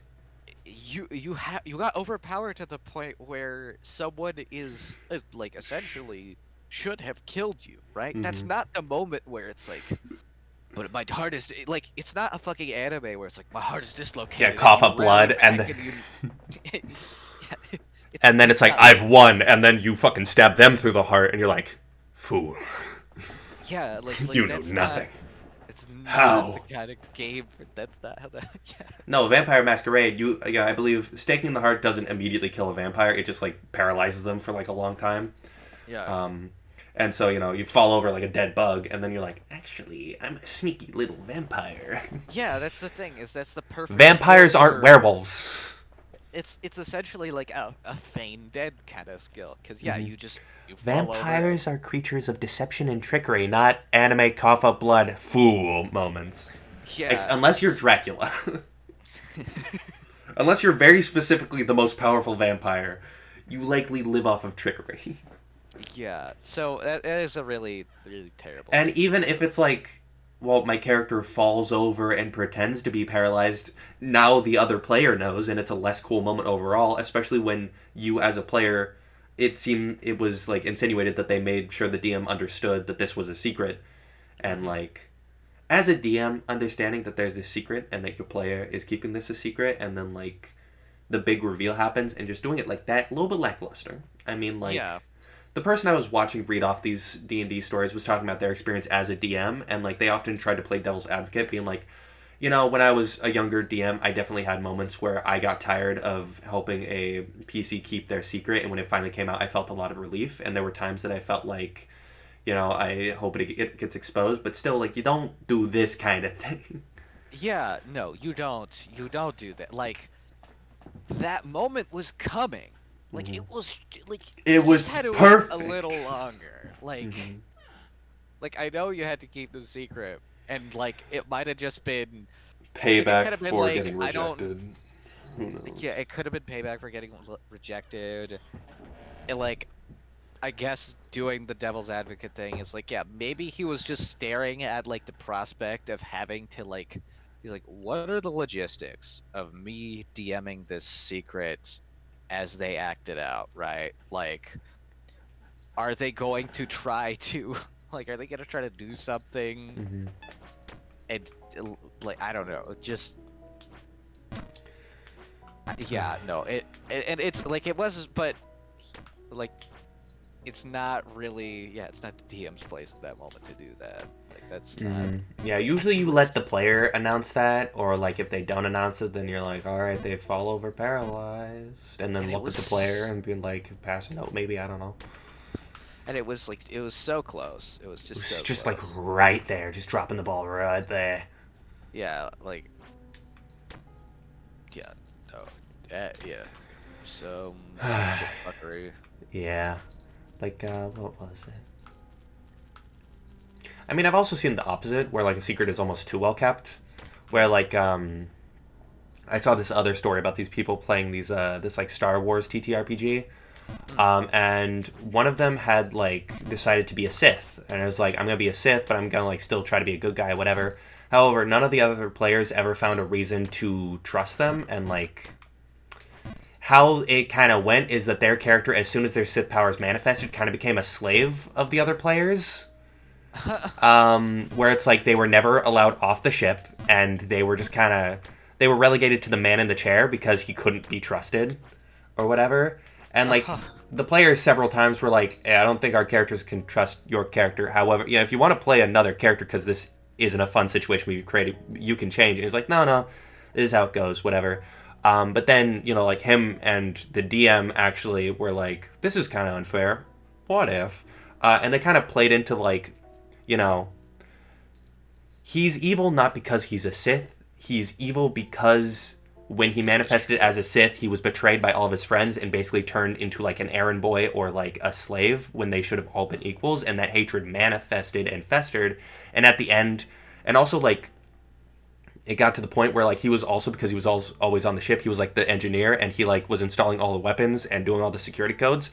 And so near the end of the campaign, he ends up betraying the party, you know, by just being like, you all treat me like shit, and you also gave me all of the security codes. Fire all the cannons. Kind of Thought moment. I was changing the hyperdrive? Well, that's a bomb. Later. Yeah, and it was like, you know, like the whole group loved this ship, and like we're always kitting out, and a big part of our like sessions became like, you know, between missions we were always kitting it out, putting new guns, and my character often was the one installing them.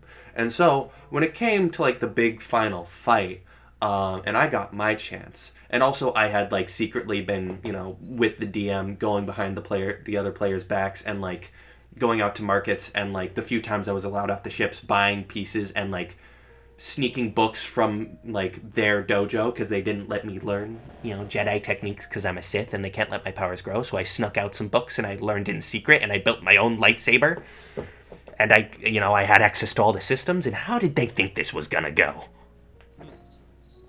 And basically just, you know, turned the whole ship against them. And apparently there was some real life fallout for that betrayal. And it's like, I can kind of get that from the other people's point of view. It's just like at the end, suddenly everything is blown up. Yeah, I like. And like, Yeah, I think narratively that works really well, but from the other people's point of view, I could. They were like, you know, you could just play another character. Like you could play another like, you know, like, I mean, like, at the same time, though, like, you're offering them to play another character, but what if they like their character? Why can't your characters see that just because they have Sith powers does not mean that they are evil? Why can't your characters accept this? Or why can't you bend your characters to let my character play with them?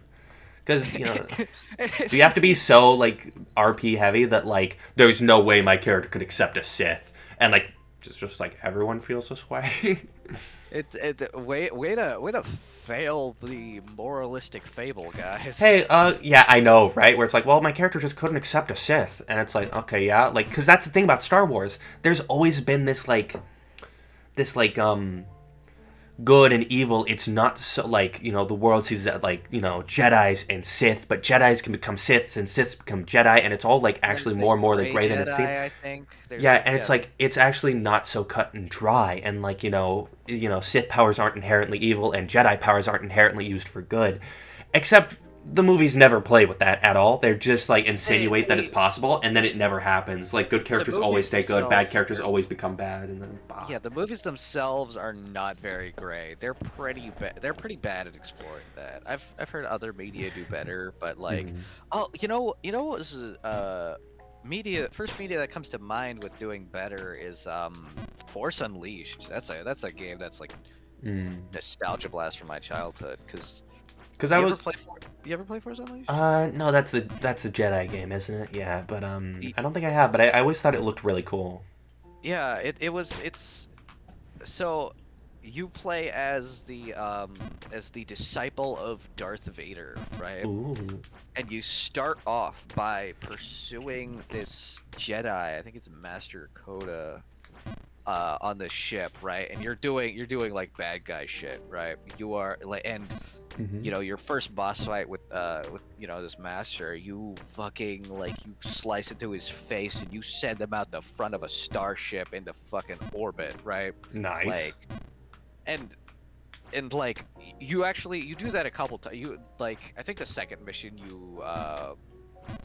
I think the second mission I remember. Yeah, you do bad guy shit for a minute, right? You like, you know, you're learning these force powers like lightning and choke and all this shit, right? And you're killing these Jedi remnants that are hanging around.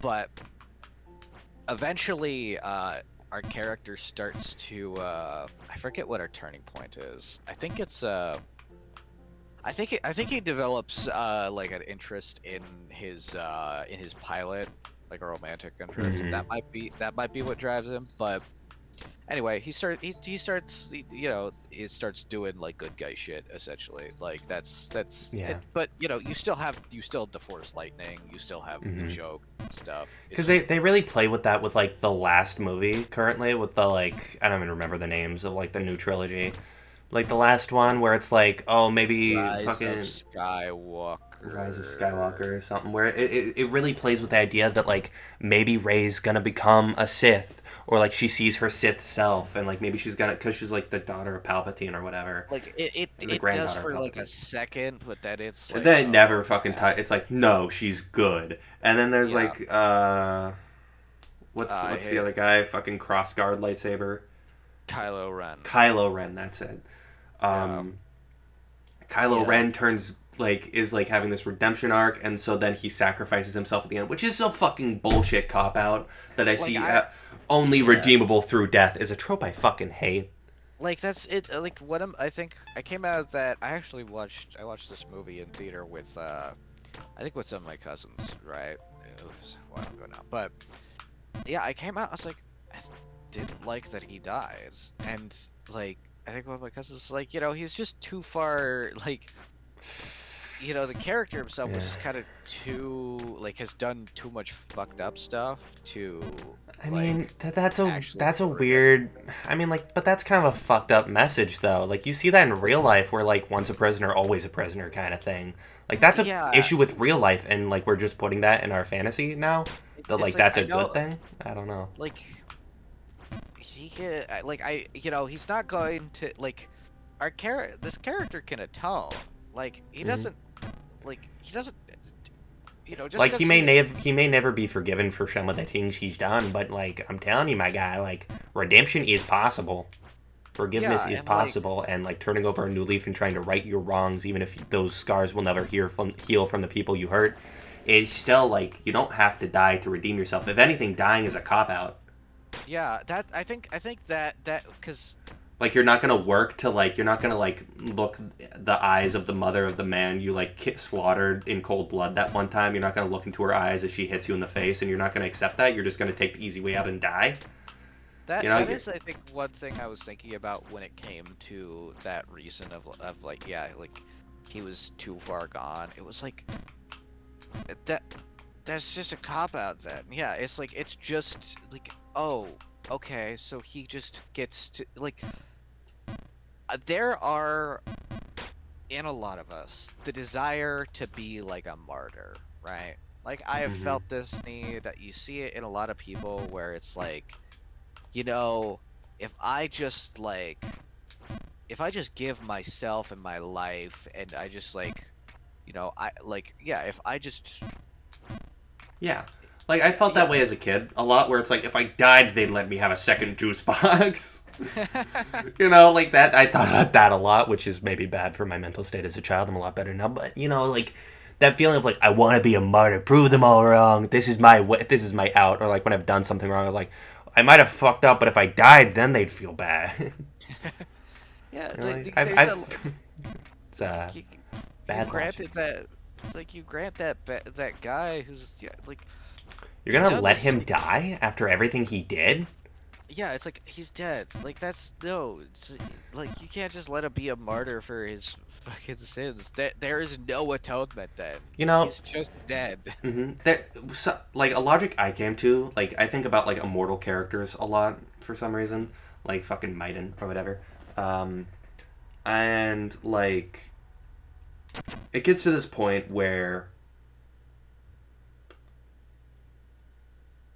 I guess taking a step back, I feel like no one is beyond redemption, and anyone who is doesn't deserve a quick death. You know, it's at that Yeah. point where there's no reals other than maybe a couple morally grays where it's like there's no situation where a character really deserves death because either they don't deserve death or they don't deserve death. Mm. Those because like I feel like before the like point of no return, like they should be allowed to redeem themselves, and past the point of no return you don't get the easy way out. And so I feel like this death is a cop out, and death should be used as a tragedy, not as a fucking way for a villain to escape a hard situation Yeah, after like their death. redemption arc. or because the Death author is doesn't know how to redeem this character. death is like an easy way out for essentially a villain, and it's also a like it's a really short-sighted kind of revenge thing for the enactor, or I Hmm. don't know about just revenge, but it's Like, if like you really hated this guy, wouldn't you rather chain him up in your basement and attach a car battery to his dick? I don't know, man. I understand that feeling that like I want to fucking kill this guy, right? But But it's no, like you're depraving yourself of like true catharsis. You ever tried edging someone's death before? Oh my god. As a this is our profession, villain. He has murdered thousands of innocent people. we're going to edge him. I sentence you to 1,000 years of joking. Chain him by the arms and begin lathering his It's penis. no. It's gonna fall off. No, like, dude, It reminds me of that dude who just like we're gonna start pulling up like that dude meals who from tried prison. to. There was this guy who tried to sue someone because she was so hot that he masturbated so much that the tip of his dick was becoming necrositized. It was literally rotting off because of how much he abused it. And I'm like, what the fuck is happening? So long ago, it feels like a fever dream. Saying it now, it feels like that didn't happen. But I don't know. That can't. That I no, choose. You like, know, it's so long ago. I choose to believe that never happened and that I'm insane. I think Moist Critical did a video on it. Seems like his territory. I speaking of lawsuits, I started watching this like comedian like today, right, on YouTube, because I saw this video on his channel, and it was yeah, and like, sorry, I got distracted. It was a Discord message. Right. Oh, right. Okay, I saw this video, and it was a thumbnail. I can't remember what the title was, but essentially, it was a full video of one of those like fake judge shows, like the Judge Judy, right? Like, except it was on this guy's channel, and he was like, me and my buddy faked a court case just to get on this show and fuck with this guy, and also get like $4,000, but because like, I guess the way it works is that you just like, if you have like a civil case, then you can just run it through a show. Or I guess you could say you can go to a show, be like, I have this complaint against this person and I want money, and then they run it on the show. It's entertainment, and then they pay out to whoever the judge decides, right? So like, him and his buddy, he did this a couple times where he and a buddy just came up with like a fake claim. And oh, so if you go on the show, then like you don't actually have to pay the other person. Yeah. So what happened? So in this video, yeah, his buddy said that he's like, I run this event. It's called. It was I don't know. It was something. It was some beard related event. It was like, I don't know. Yeah, he said he was running like a beard event, and he paid this guy to promote it. I don't know if you've seen those, but Feet are made for crawling. That is not right. Feet are made for walking. Who crawls on their feet? That's nonsense. What? You crawl on your. This demon is stupid. feet are you can crawl without your feet. Why are you leaving this side path now? I fell far away and I wanted to talk to the demon again. Okay, I thought you were going to the right, so I thought you were just leaving. Nah, mate. I mean, I could go up to the babe if you want to see what's up that way. Nah. Damn. Guess I gotta go back up the snowy mountaintops. Oh yeah, but so it was just guy claimed to put on this like event that was about beards. And then he says It's literally a beard event. Yeah, it's just It's an event about beards, and the event itself is a beard cover for wanting to. It's not an actual event, Yeah, but he says he's like, oh yeah, I hired this guy to promote it. I gave him $4,000, and then he just like did nothing.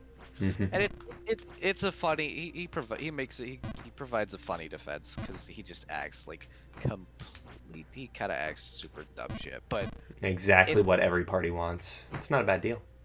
yeah no because that's the thing is that like he and his buddy like I they get got paid to $4,000 pretend out of that it. I'm scamming people Yeah, they on got live $4,000 television. out of it in like I don't know mid 2000s something like As long as the that. audience doesn't recognize me, we're good. He went on that show like twice I think like hmm years of difference, but it was like it was the I same mean, fucking you can judge be a guy. scammer who goes to the same judge multiple times. Yeah, I just think That's believable.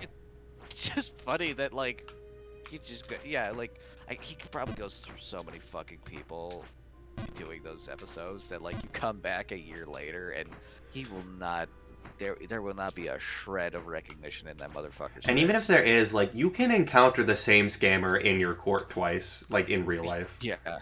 Oh, Yeah. you're scamming people still? It's been like 3 years. You're still scamming people? Yeah, what do you think? I'm a scammer. Well, part of the thing is that like yeah,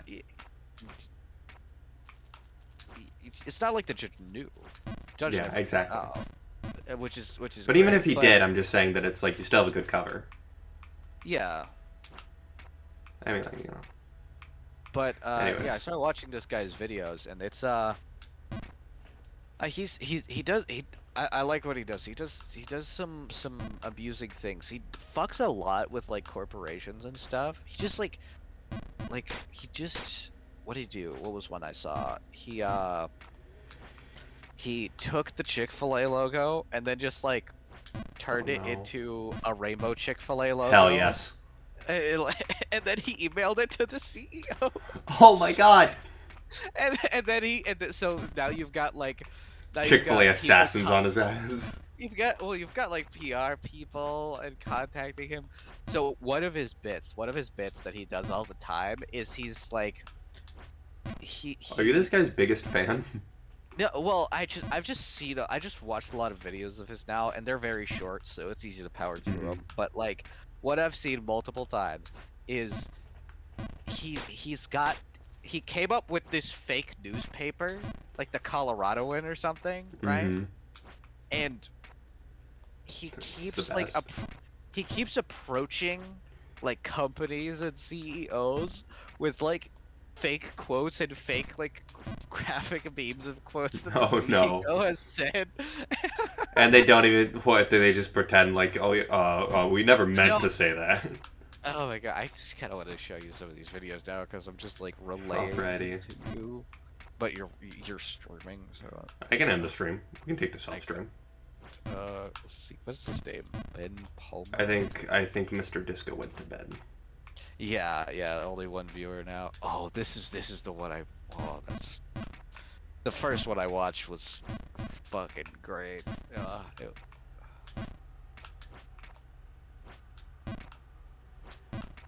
Yeah, this stream is coming along good. I could turn this into like a clip. I could put this on my main channel. Hey guys, I think this is main channel content. Yo, bro. Yo, dude, ouch my limbs. You wanna be on like, sorry, Big Lot Junior. You wanna be on like, little fucking, No, which is great. 'Cause, Just like, goes through all of your usernames on every social media platform. That's the great thing is that About I having have one no- viewer. I have no brand identity. You can't find me. Unless mean, I you just list can. off every... Yeah. Yo, check out my art. I'm Sunscraper on Instagram, and Uh-huh. check me out on eBay on Bottom Dog. Alright, and check bro. me out on No YouTube. self-promo. No self-promo. Check us out on YouTube under Grongalong. We posted one podcast. It was probably good. And check out. It's not a bad. It's not a bad Chekhov's gun. No, the podcast video, volume warning. I did not know volume levels yet at the time. It's Oh, I still don't. it's pretty. I enjoy that video. It's decently humorous. If you in It's for a mild nice. chuckle, yeah, it's a good video. I'm literally saying this to Literally. myself because I am the only viewer, I guess. I guess if somebody watches the VOD, then sure. But I was there yeah, when it was recorded. yeah, but yeah, no, it's a Hi, it's a viewers, go check that out. go check it Get out, that to bro. 3 views. Yeah, let's get it. Let's get it. I think we got to 20. I think at some point. Really? I don't know. That's I'd pretty have good. to check. We had a not half bad showing for. I know, like, Our 100 views is nothing on the internet. However, getting 10 But views it's feels good. yeah, no, it's a scale really. It's like when you have nothing, anything feels great. That's the thing. That's it. Chainsaw Man. Dude, if you ever read the manga, Yeah. just wait. I That's a great way to talk about like a manga that's still ongoing. It's like, bro, if you ever read One Piece, just wait. Just do it. Just wait. just why? No, Just but wait. I was gonna say the latest chapter made me literally scream, and not in a good way. Do like how like I see you post things from like the subreddit, and I'm like, I can't I know. look at this. Anything I can't. don't post in spoiler rant is vaguely okay to look at, but still I expect you to not look at them. Yeah. I got like an. I do want to. What I shady ass do. website was I on? Yeah. I was on a shady ass website, and I got an ad for like Chainsaw Man chapter 200 and something. Mm. Probably like virus or something. But like, I was like, what the is this? Like, I don't.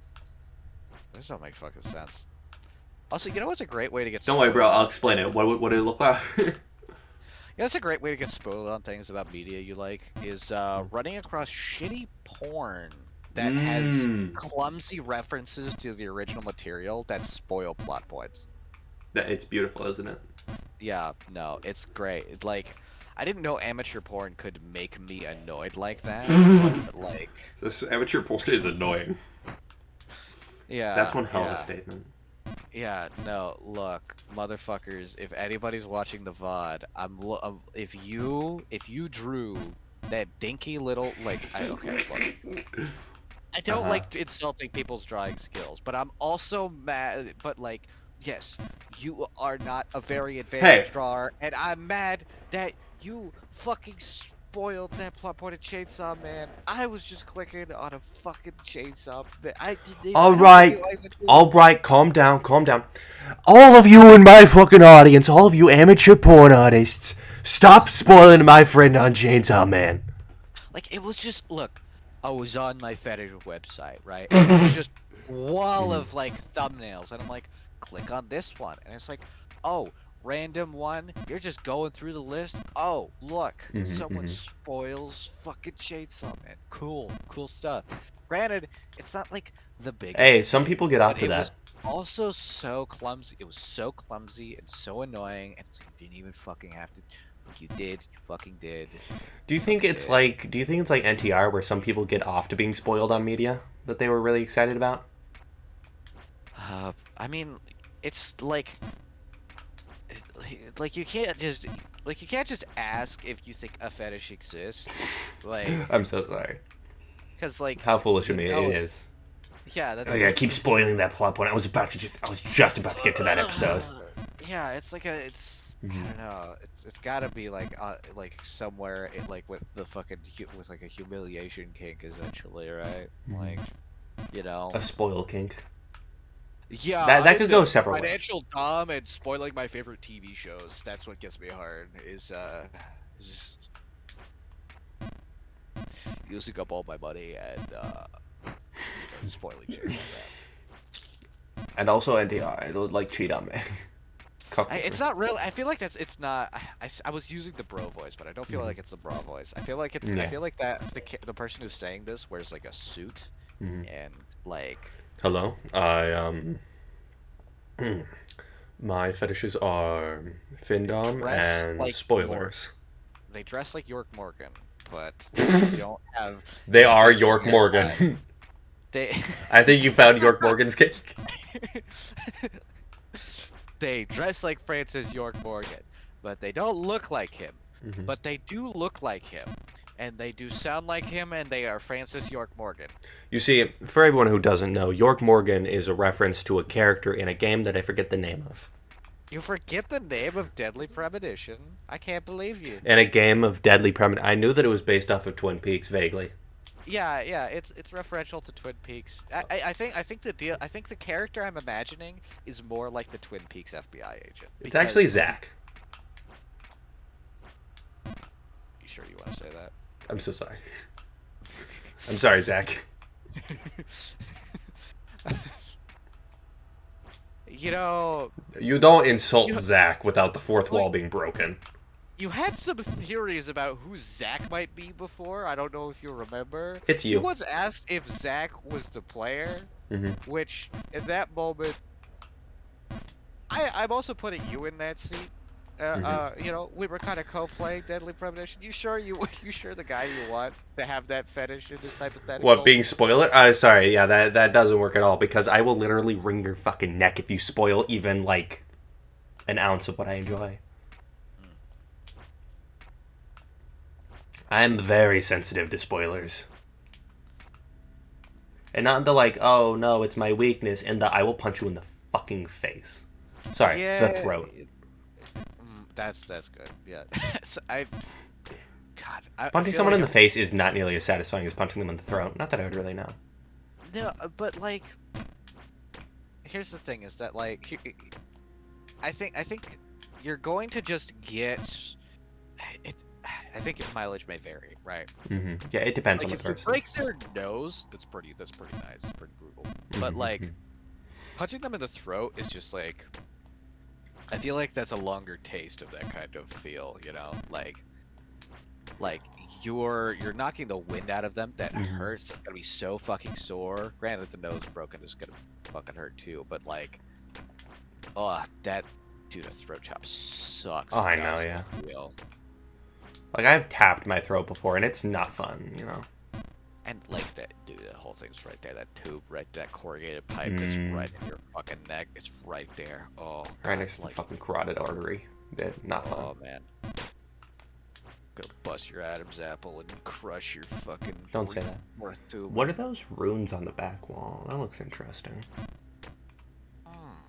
What are yours? On the bar. I do like this game. I keep looking for deep lore. I like looking for lore in games that might not have lore. I like looking for shallow lore. Oh, yeah? Yeah. You just want to know what's happening? I just... Generally, that's not a bad way to say it. I just want to know what's happening. I'm over here in the deep end, like fucking swimming down 1,000 meters into the bottom of this, like, 5-mile deep pool. Have you seen those pools, by the way? They're fucking terrifying. Some people just construct massive fucking sculptures and then fill them with water and like go in, dipshit. It's like underwater cave diving, but man-made and also terrifying. You ever want to be in a house underwater? They build those. Sounds sick. It does. But I will say, I've seen people like dive down to the bottom of them without an air tank, and I'm like, dipshit, you're gonna die. You're like in a pool manned by like lifeguards, and you're still in risk of death. I'm really not good at swimming. Like, last time I went into a wave pool, I clung onto the side because I was fucking drowning. The first time I went into a wave pool, I also was drowning, and the pool guards did not see me, and my teacher did not see me. I was in, like, 4th grade. And then the teacher's raft bumped into me, and I clung on, and I didn't say anything. Yeah, I was clinging on to, like, the side of this wave pool, right? And then the lifeguards were like, get off the side of the pool! And I'm like, dude, I'm catching my fucking breath right now. I'm literally trying dying. to die in your fucking pool! Shut the fuck up! I don't care! But also, what I was going to say before I got completely sidetracked, I'm over here diving into the bottom of the ocean, like catching my breath and fucking drowning. And then you're over there kind of like in the shallow end, like kind of like an inch deep water, just kind of like searching for like a key that you dropped. Where am I? I'm in like, I'm in khakis and like a fucking, and a button-up shirt, and I have my like, you know, I've got my pants just pulled up to wade in the water, just being like, fuck, man, where did it go? Yeah. You're in like speedo, you know, got the snorkel, got it all going on. You're diving, yeah, full in, just. But I'm more of a like, I'm more Where of a am I? like, I can What time stand does the in pool it. close? 3 hours ago. Yeah, yeah, I'm just diving in the dark. I'm splashing around in a dark pool after hours, and then you're like, fuck, I dropped my key. It's dark. Fuck. Lifeguard's like making sure everybody's out of the pool, and you're just like laying on the bottom for like fucking 30 minutes, just being like, Like, my chest is clearly compressed as I've, like, exhaled all the air so I can stay at the flat on the bottom of the deep end of the pool. Like a dried up starfish. oh, you look like you got a fucking bowling ball on your chest, just like. Dude, I've got chicken wings, dude. My stomach can go underneath my ribs. It's, well, I mean, like, you know. So has that other rib not popped out yet? Oh no! I still have a. It looks like somebody hit me in the chest with a baseball bat. Looks better than it used to. You Well, think actually, no, it ever looks will? worse, but it's like it looks more normal, but also looking worse. Hmm. Anyways, what? You ever talk to your doctor about like? Oh yeah, when I was small, my parents took me, and the pediatrician was like, "Well, we can put a crowbar in there." Hmm. That's kind of a lot of physical trauma for someone his age for like a cosmetic surgery, but you know, puberty's coming up, and if he wants that surgery, we can do that for him. And I'm like, I'm good. Yeah, we just put like a metal bar in there, just and pop it out, and then we just like bolt that onto your sternum until it stays, until it just kind of regrows in the right direction. Okay. And my mom was like, your brother had that too until he got like, when he started to fill out, it just kind of his muscles covered that up. You'll be fine. And like once I popped out, and then I'm a skinny fuck, so it's gonna stay like that till I get in the gym. But you just try to breathe It's in as hard as you can, and just lung it out, man. Just lung it out. I do look like a fucking hollow if I want to. If I just suck in my gut, it goes further than it should, and I do look like a hollow. Dude, I've been thinking about my fucking like body Mhm. recently, and I was Mhm. thinking about it, and I was like, Well, it's shoot Big Black I Junior. I keep like I have been concerned with being fat, right? Which like partially because I'm sedentary, but I realized this recently. I'm like, my parents are Mhm. always fucking talking about like how like this is a little mean of me to say, right? But it's like You are on air. they're just they're always vocalizing that like, oh, I'm fat, and they're dissatisfied with their body, Mhm. right? Which honestly, like, they have more they have some weight on them, but like it's fucking fine. Mhm. It's fine. They're fine, right? And like Yeah. they have a treadmill and stuff, and they're losing a little weight. And it's fine. Good for them, right? I just realized the other day that I'm like, I think that has not been helping with me Yeah. worrying about being fat. I mean, Like like I'm not fat, but like, that happened to me too, where like my parents were more concerned of my social image than I was when I was younger.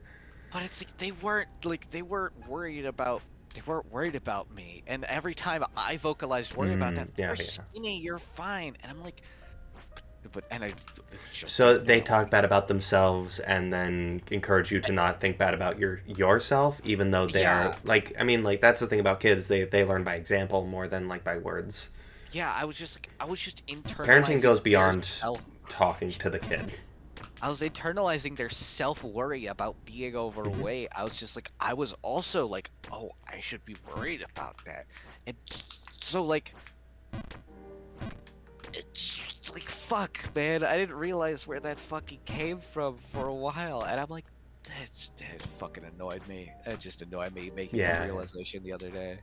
And like, I like to know where things come from. Oh Like, yeah, I like feel like, why do I do that? Where did I pick up that habit? Why do I think like that? That's a very like, that's like something about the way I do that thing feels like it's a gained habit.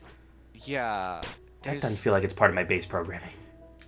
there's a I'm just this is the way I kind of come at a lot of things. I'm just very like I want to know why things are the way they are, Hmm. And like in some ways I can see that's bad, but I mean, in certain, it could potentially be bad, but I get that. I don't think it is as it is now. It's just, I'm just like, I want to know why, and I was thinking about why, and I was like, yeah, there was, it was just, I think I've just absorbed it, yeah, from fucking osmosis. Oh, you got another viewer now. Yeah, Hello, viewer. welcome. You like listening to Is us that talk about our body images? it's either robotic disco again, or it's a completely new random person. Whoever it is, how's the audio mixing? I feel like I might be a little bit louder than my compatriot here, Big Lad Jr. I think probably you might Because I think actually you're be coming right. through the like system audio, which I have set to minus like 18 decibels. Yeah, I think So that I'm when louder I than was the listening game. to the stream, I think I was quieter, but it's fine. You You know, want me to bump you up? bump me Faster? up, All bump right. me up. There you I'm go. really okay. That's gonna come through horribly in a few seconds. Oh yeah, I'm sure it will. I'll turn you down to 15 decibels. But yeah, we were talking about body image stuff. Yeah, you know. And they're gone. Do yeah, People pop in for a few seconds at a time, you know. I still see 2 on the viewer count, but I see 1. I don't know how accurate this one is. I don't know. Oh well. But yeah, no, body image stuff. It's yeah. I guess I absorbed it through my parents. I ever tell you about that one time I lost like a concerning amount of weight when I was in high school? No, I don't think you have. Yeah. I was in high school and This is gonna make a great short, guys. I went to the doctor and he said essentially that you've been gaining some weight. If you keep gaining weight at this trajectory, essentially, right? If you keep gaining weight at this rate, you will be on the path to being you will be on the path to being overweight. Yeah, and that was while you were a teenager, right? Yes, And I was also in the throes of one of my like infatuation arcs, you know, where I was like really crushing on somebody. So you were really concerned about your self-image, not directly but indirectly. I skipped eating lunch a lot of days. There was a lot of days I would, I just didn't eat lunch. I would open it up and I'd be like, there was multiple things going on. The person I was crushing on was like a vegan, I think. So I was really concerned with not like eating meat at school for lunch, and so. Yeah, next time I go to the doctor, he's like, "Holy shit, you lost a lot of weight," and I'm like, he's like, "Dude, I know I told you that you were like somewhat kind of, if you kept up at this way, that might not be guaranteed that you would sort of be nearing the track to become obese, but what the fuck?" I thought I put it pretty gently. Like, you were a healthy weight, dude. Dude, you like. I was talking about your weight gain, not your weight. Like it's kind of impossible to come at like an anxious person with a softball. Like, I'm gonna be honest, as an anxious person, you could come at me with you the are at a softest very of healthy balls. weight and you are growing. However, if you continue to grow at this weight, you might become overweight. That is, don't. And they're already on fucking weight loss supplements. God damn it. Yeah, it was. Yeah, no, man. I'm very lucky to never have had to really deal with that kind of thing. I don't think. If anything, I've always been underweight my whole life. And like I never, you know, like I guess people still being underweight doesn't mean that you don't want to be skinnier. I think. I mean, like from a young age, my mom talked about that kind of stuff with me about like, you know, it's not my story to tell, but you know. She had some anecdotes about it all, and that set me straight when I was pretty young, so I never really worried about my body weight. I never really thought about myself at all, really. I don't remember a whole lot from school at all. I feel like my consciousness didn't really update for a few years. I feel like it was around high school that I finally was like, I'm human? I don't know. I can't, like... Kind of on autopilot those years.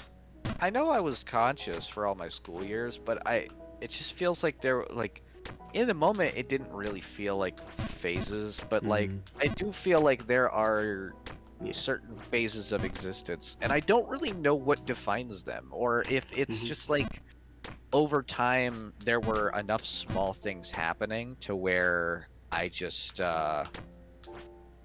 to where those small things built into a new larger kind of thing. And Ship of Theseus kind of thing. You don't realize that you're a new ship until it's too late. yo, I got so many boards in me, they call me Theseus. What? uh, uh, I guess I'm a yeah. little bit self-conscious about my laugh. That's about it. I mean, when I was Yeah. really young, I was always staying up late, and I never wanted to wake up my parents, so I stifled my laugh, and now I laugh kind of invertedly. Or at least I think that's what caused it. And then I guess I never really had body image issues because my mom talked to me about it when I was really young. And then I think I was bullied a little. I was never bullied, but people didn't like being around me because I was annoying. They couldn't bully me because I was too fucking annoying. Oh no. Um, they tried to bully me, and I was like, "Hi," and they're like, "Oh." So I never really understood that though. It wasn't until like fucking several years later that I was like, "Hey, me sitting down at a table and everyone else leaving was kind of fucked up." Ah, well, never left drama because I didn't understand it when it was happening. Um, I I don't really remember anything other than like you guys and food. I remember lunch and that's it. I don't I remember any of my other classes. Like my coworkers were talking about like the teachers at the schools we went to, and I was like, I don't remember any of their names. I don't know any. I'll hear people like from our class talk about school, and I'm like, I don't remember that ever happening. He's like, don't you remember this whole big thing? We went out here. Like, I remember spending it down the Pequot or whatever, but no, I don't remember that. I Like the fucking I remember you were standing right next to me. The fucking principal was fighting one of the students, and I was like, I don't remember that, man. well, I don't fucking remember that. No. Not an exact example, but like they'll just talk about things that happen. I'm like, I have this tickles something in my brain, but no, I don't remember that at all. Yeah, I just like I school's a blur. I like did the work and then I immediately dumped all the knowledge I gained. I Got straight A's, baby, and remembered none of it. I remember being kind of shit in some ways, especially earlier on. I Oh, you were now. no, like Mm-hmm. there were some things like I don't know how I got saved from this, but like I like Good music. I think like I don't Mm-hmm. I feel like I could this is not a great thing to say about myself, but I worry about that younger me because like Mm-hmm. they're so influenceable. Like they could just fucking take whatever, right? And they like younger me was hearing some things and was honest like you know I don't know if you remember this kind of thing, but I was hearing some things about like social issues essentially, right? Mm-hmm. And I was I was, you know, essentially I was parroting and I was Mm. kind of shit-assing, right? Like the thing I remember most is one of my friends saying about another one that they were like at SJW, like do like an SJW, right? In kind of a derogatory way. And it was Mm. like and and like I remember just like following along with that, just being like, yeah, yeah, fuck out. But as much as I think the thing that started to lead me out of that was as much as I fucking fucked up that relationship. Oh Granted, yeah. it was a you know it was a Mhm. baby relationship, but I think the thing that kind of helped me more into the zeitgeist and understanding, not zeitgeist is the wrong word. I think the thing that helped me kind of become more who I am today in terms of that kind of social approach is that relationship I had that summer. Because, you know, non-binary person, so it was like it's embarrassing that I still think of that sometimes, but Mm-hmm. it's less harmful in my mind than it used to be. Yeah. Like, I definitely, you know, social issues as a child is very weird.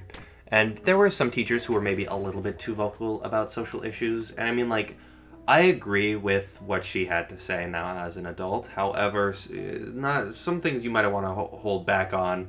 I mean, we were like nearing the end of middle school, which is around the time you can start to trust It's kids to start, maybe want kids to start thinking about that. But she was also very vocal about her beliefs, and I don't it's know.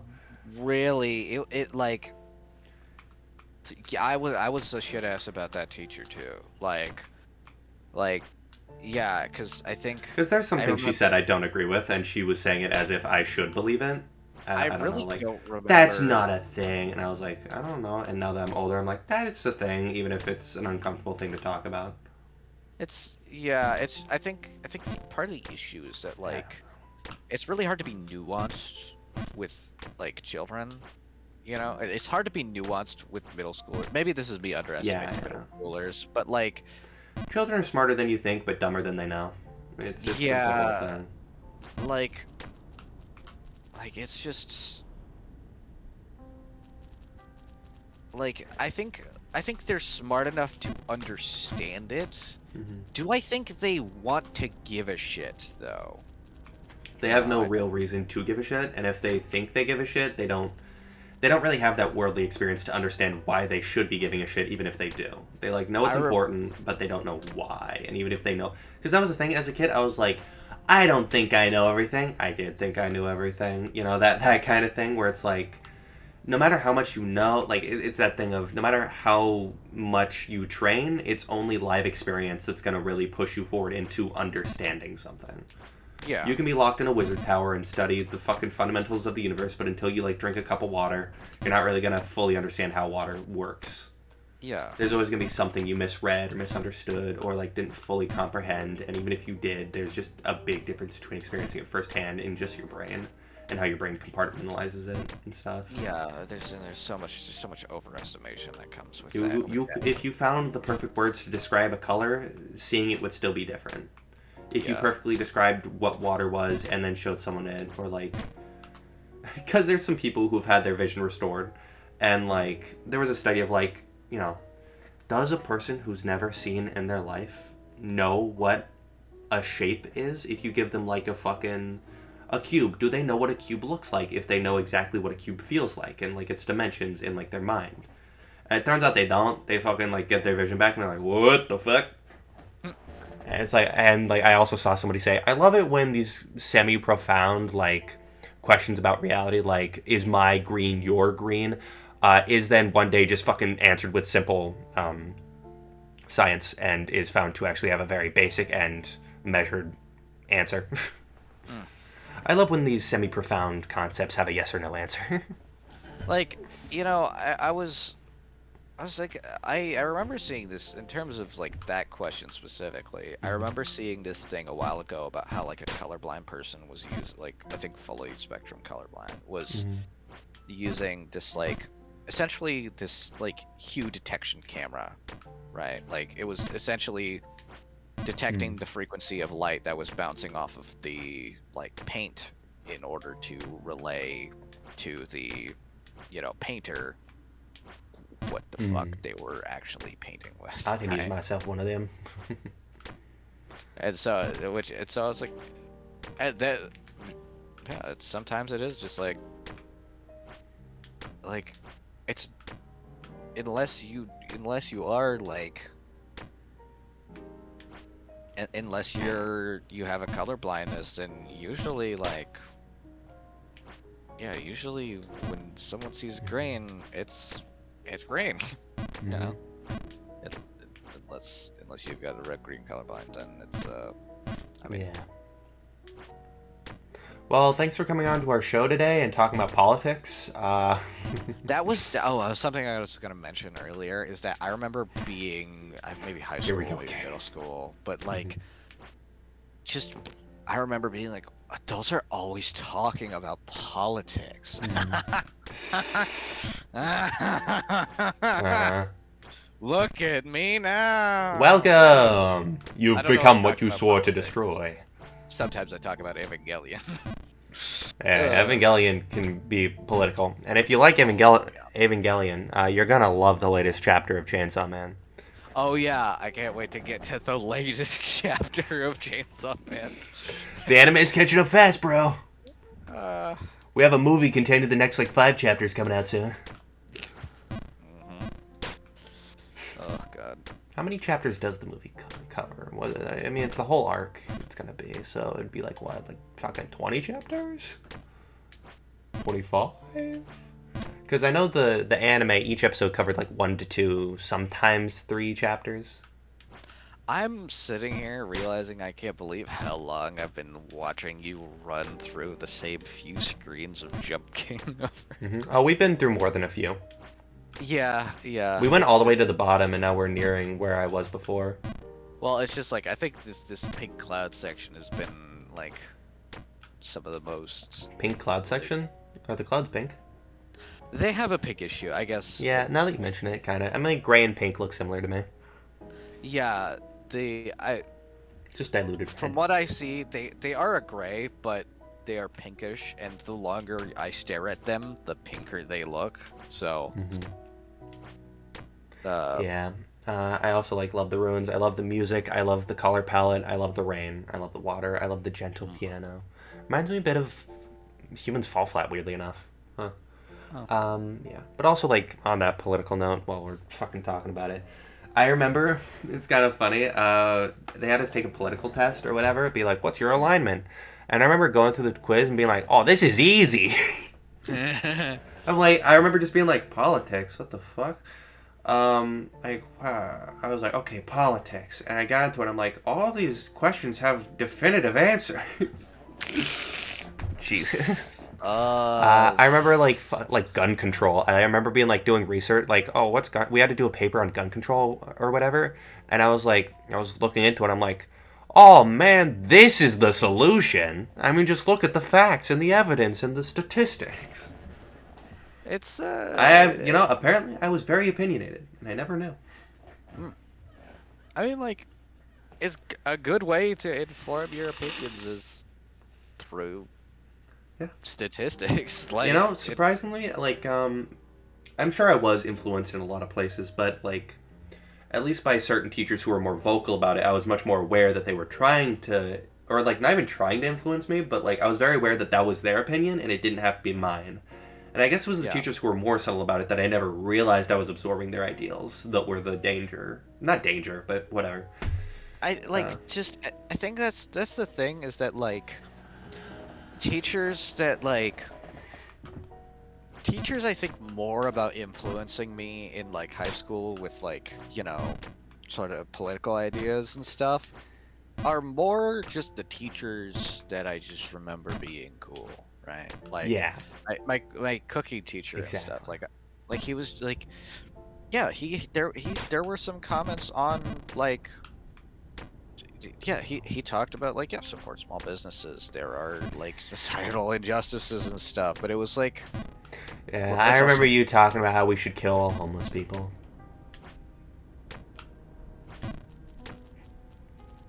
What the fuck? No. Just kidding. I don't fucking remember.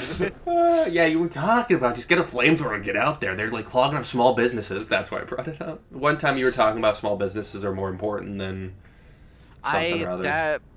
That is not an opinion I would hold today. Mm-hmm. It was about hostile architecture or something. Yeah, I remember there was this thing that was happening when I was in high school, and I remember hearing my dad talking about it. I have not gotten a lot of great opinions from my dad, especially on homeless people, but like there was a thing that was happening where businesses were sick and tired of the homeless people on their doorstep in the business area. It was stopping customers from coming in because homeless people were sleeping in front of their houses, not houses, businesses. And so they wrote like a letter to like the city of Eugene or something. Multiple businesses signed it, and it was like, Ugh. and like I mean, at like the I time, work at a grocery store. I've seen my boss kick out some people. We've recently had a guy who's been sleeping around the corner lately, and like I don't like seeing them get kicked out. I don't know. It's just like where do you want them to go, man? I don't know. yeah, at the time, my understanding of homelessness was very much like I just wasn't. I you know, empathy is a thing that I have been working a lot on over time, and like You're getting there. empathy is the foremost ingredient to just approaching homelessness, I think, because it's I just haven't seen you stab a guy in like 3 weeks, dude. You're getting there. yeah, I'm getting there. But Whoops. no, yeah. Yeah, but any more politics you want to bring into this house? Some boys in this house. You can't say that. The wet ass P word. Oh. Yeah. Anyways, about Jump King. What's there to say about Jump King? There's a couple things. I mean, like, I was gonna ask for your help as a magic right eye. You know, left eye, whatever. What was Oh it again? yeah, Left eye. left eye. It was Yeah. left eye. That's what I thought. Have I missed any silver coins? And also, like, okay, I'm gonna get there in a second, but there's this bookshelf in a hidden room I found earlier, and it talks about, like, various books and stuff, a little bit of world building, and then it says, weirdly, there's a book missing. And it feels like that's like I should find the missing book, put it in, and then it'll leave me somewhere or something. I don't know what that would do. Maybe it'll give me a coin. And later in this level, there's a book. I can't pick up the book. It's just there, a blue book sitting on the floor, and it's very weirdly placed, and it feels like it stands out quite a bit, and it's right here. It says you don't have all the silver coins. Oh, you looked up how many silver coins there are? I looked up how many silver coins there are. There are 11. There are 10. That fucking bastard. Huh. I wonder. Huh. That's weird. There's a merchant who's asking for 11 silver coins. Well, Wiki says 10. That fuck. However, that's perfect then. You see, one of these silver coins is from a previous playthrough. So either the merchant always asks for all of the silver coins available to you, or you can only buy what he's selling if you've played through the map twice. Anyways, so, do you know where the coins are? Vaguely? I've got breakdown by area. Cool. So I currently have 8, and I've made it to the Black Sanctum. Have I missed any? But what the fuck? What are these locations? These Black Sanctum is Lost not Frontier on- is where I am right now. Okay. 10 silver coins can be found in the new Bay Plus DLC. All 10 can be used in there.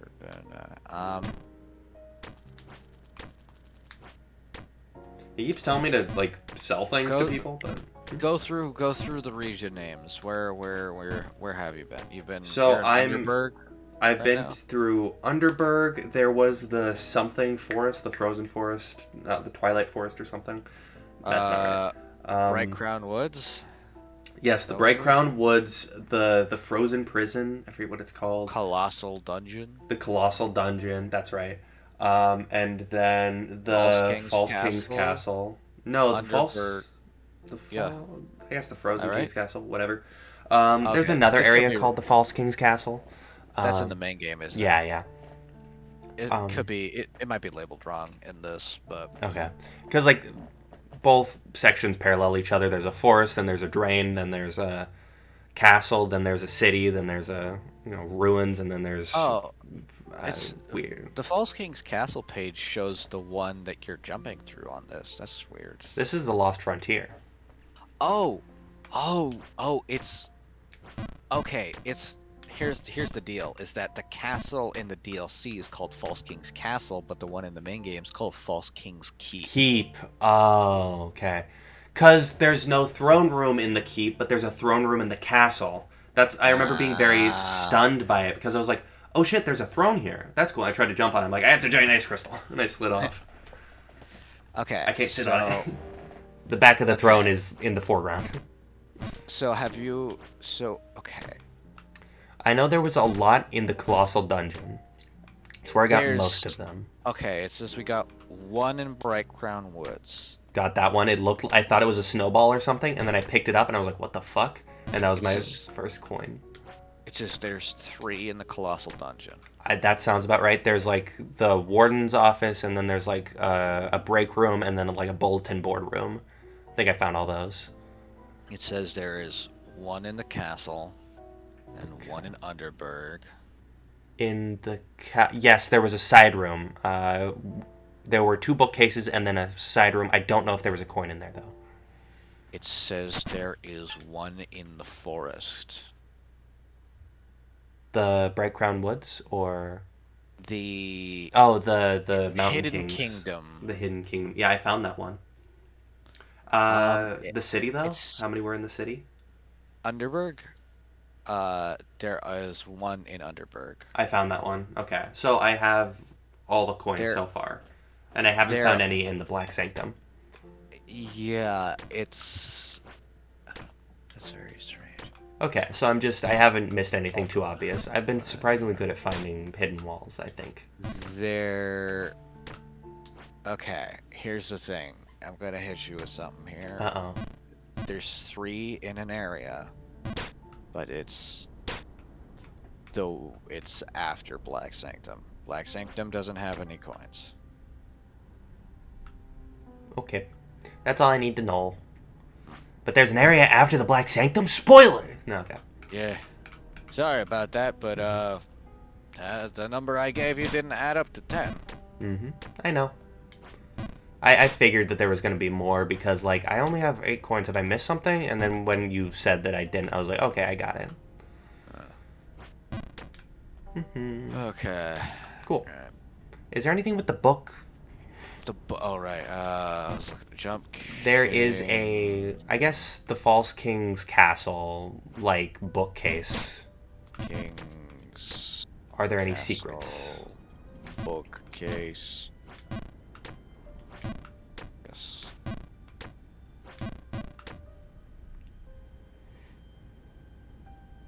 Okay, this fucking Steam community post. No comments on it.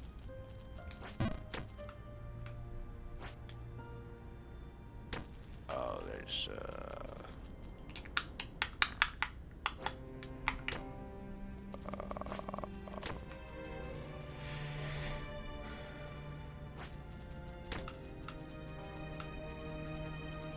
Mm-hmm. 3 hours. Damn. there is not appear to be. Yeah, we're just starting to get a bunch of irrelevant Google search results. Yeah, I can't. It's just weird that there is a bookcase. It says ... it's missing a book, and then there's a book in like the next level that I can't interact with. Somebody else is also very curious, just like you, but they do not have an answer. They're on the Steam community discussions, but there's no answer to it. That's fair. I mean, probably it's just like flavor text, or like it implies that like little statue next to the book has been to the False King's Castle. It could be just environmental storytelling, or it could just be unrelated things that the developer didn't take into account. feels like. It did say ... there's a book missing or something. It might have not been quite that ominous, but it did say ... and then something about the missing book. Okay. I should probably go though. Oh yeah, it is 12:30. So if you want to go to bed. Yeah, I gotta write a fucking essay tomorrow, so or Alright. something like that. I work tomorrow and then I have the next day off. So Okay, I might have a day or so to hang out, just chill before I go fucking camping. All right, Yeah. I'll talk to you. Talk to I you. gotta... Later, skater. Later, skater baiter. Bro. Brah.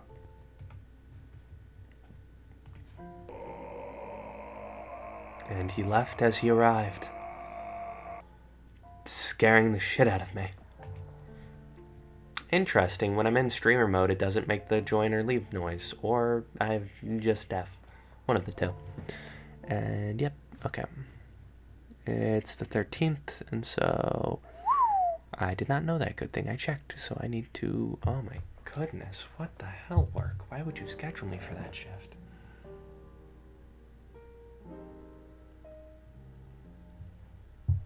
Gotta set my alarm clock for like 2 hours from now. Didn't know I worked that soon. So that's when I have to be awake.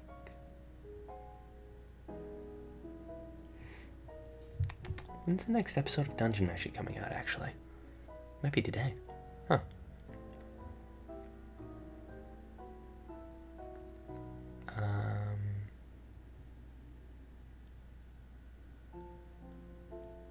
Okay.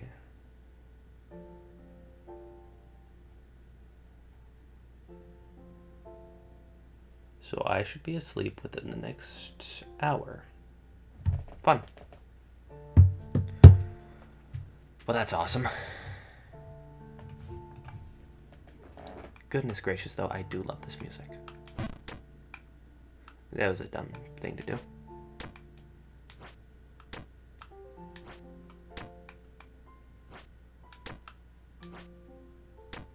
Whew, Jiminy Crickets. Damn. Just not a lot of opportunities to practice that jump. Well, I do want to keep going, but this is a 3-hour stream, so it's probably good enough. Hello, game brain. I think I've made quite a lot of progress today.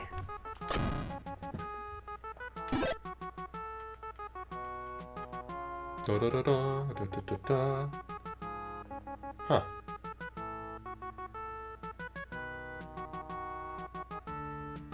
I did not see that red text, or I have and I never thought about it. Well, I think it worked, so, oh well. Anyways, thank you all for watching. Even if you just have me on the background, I always appreciate the company. And have yourselves a lovely night. Bye-bye.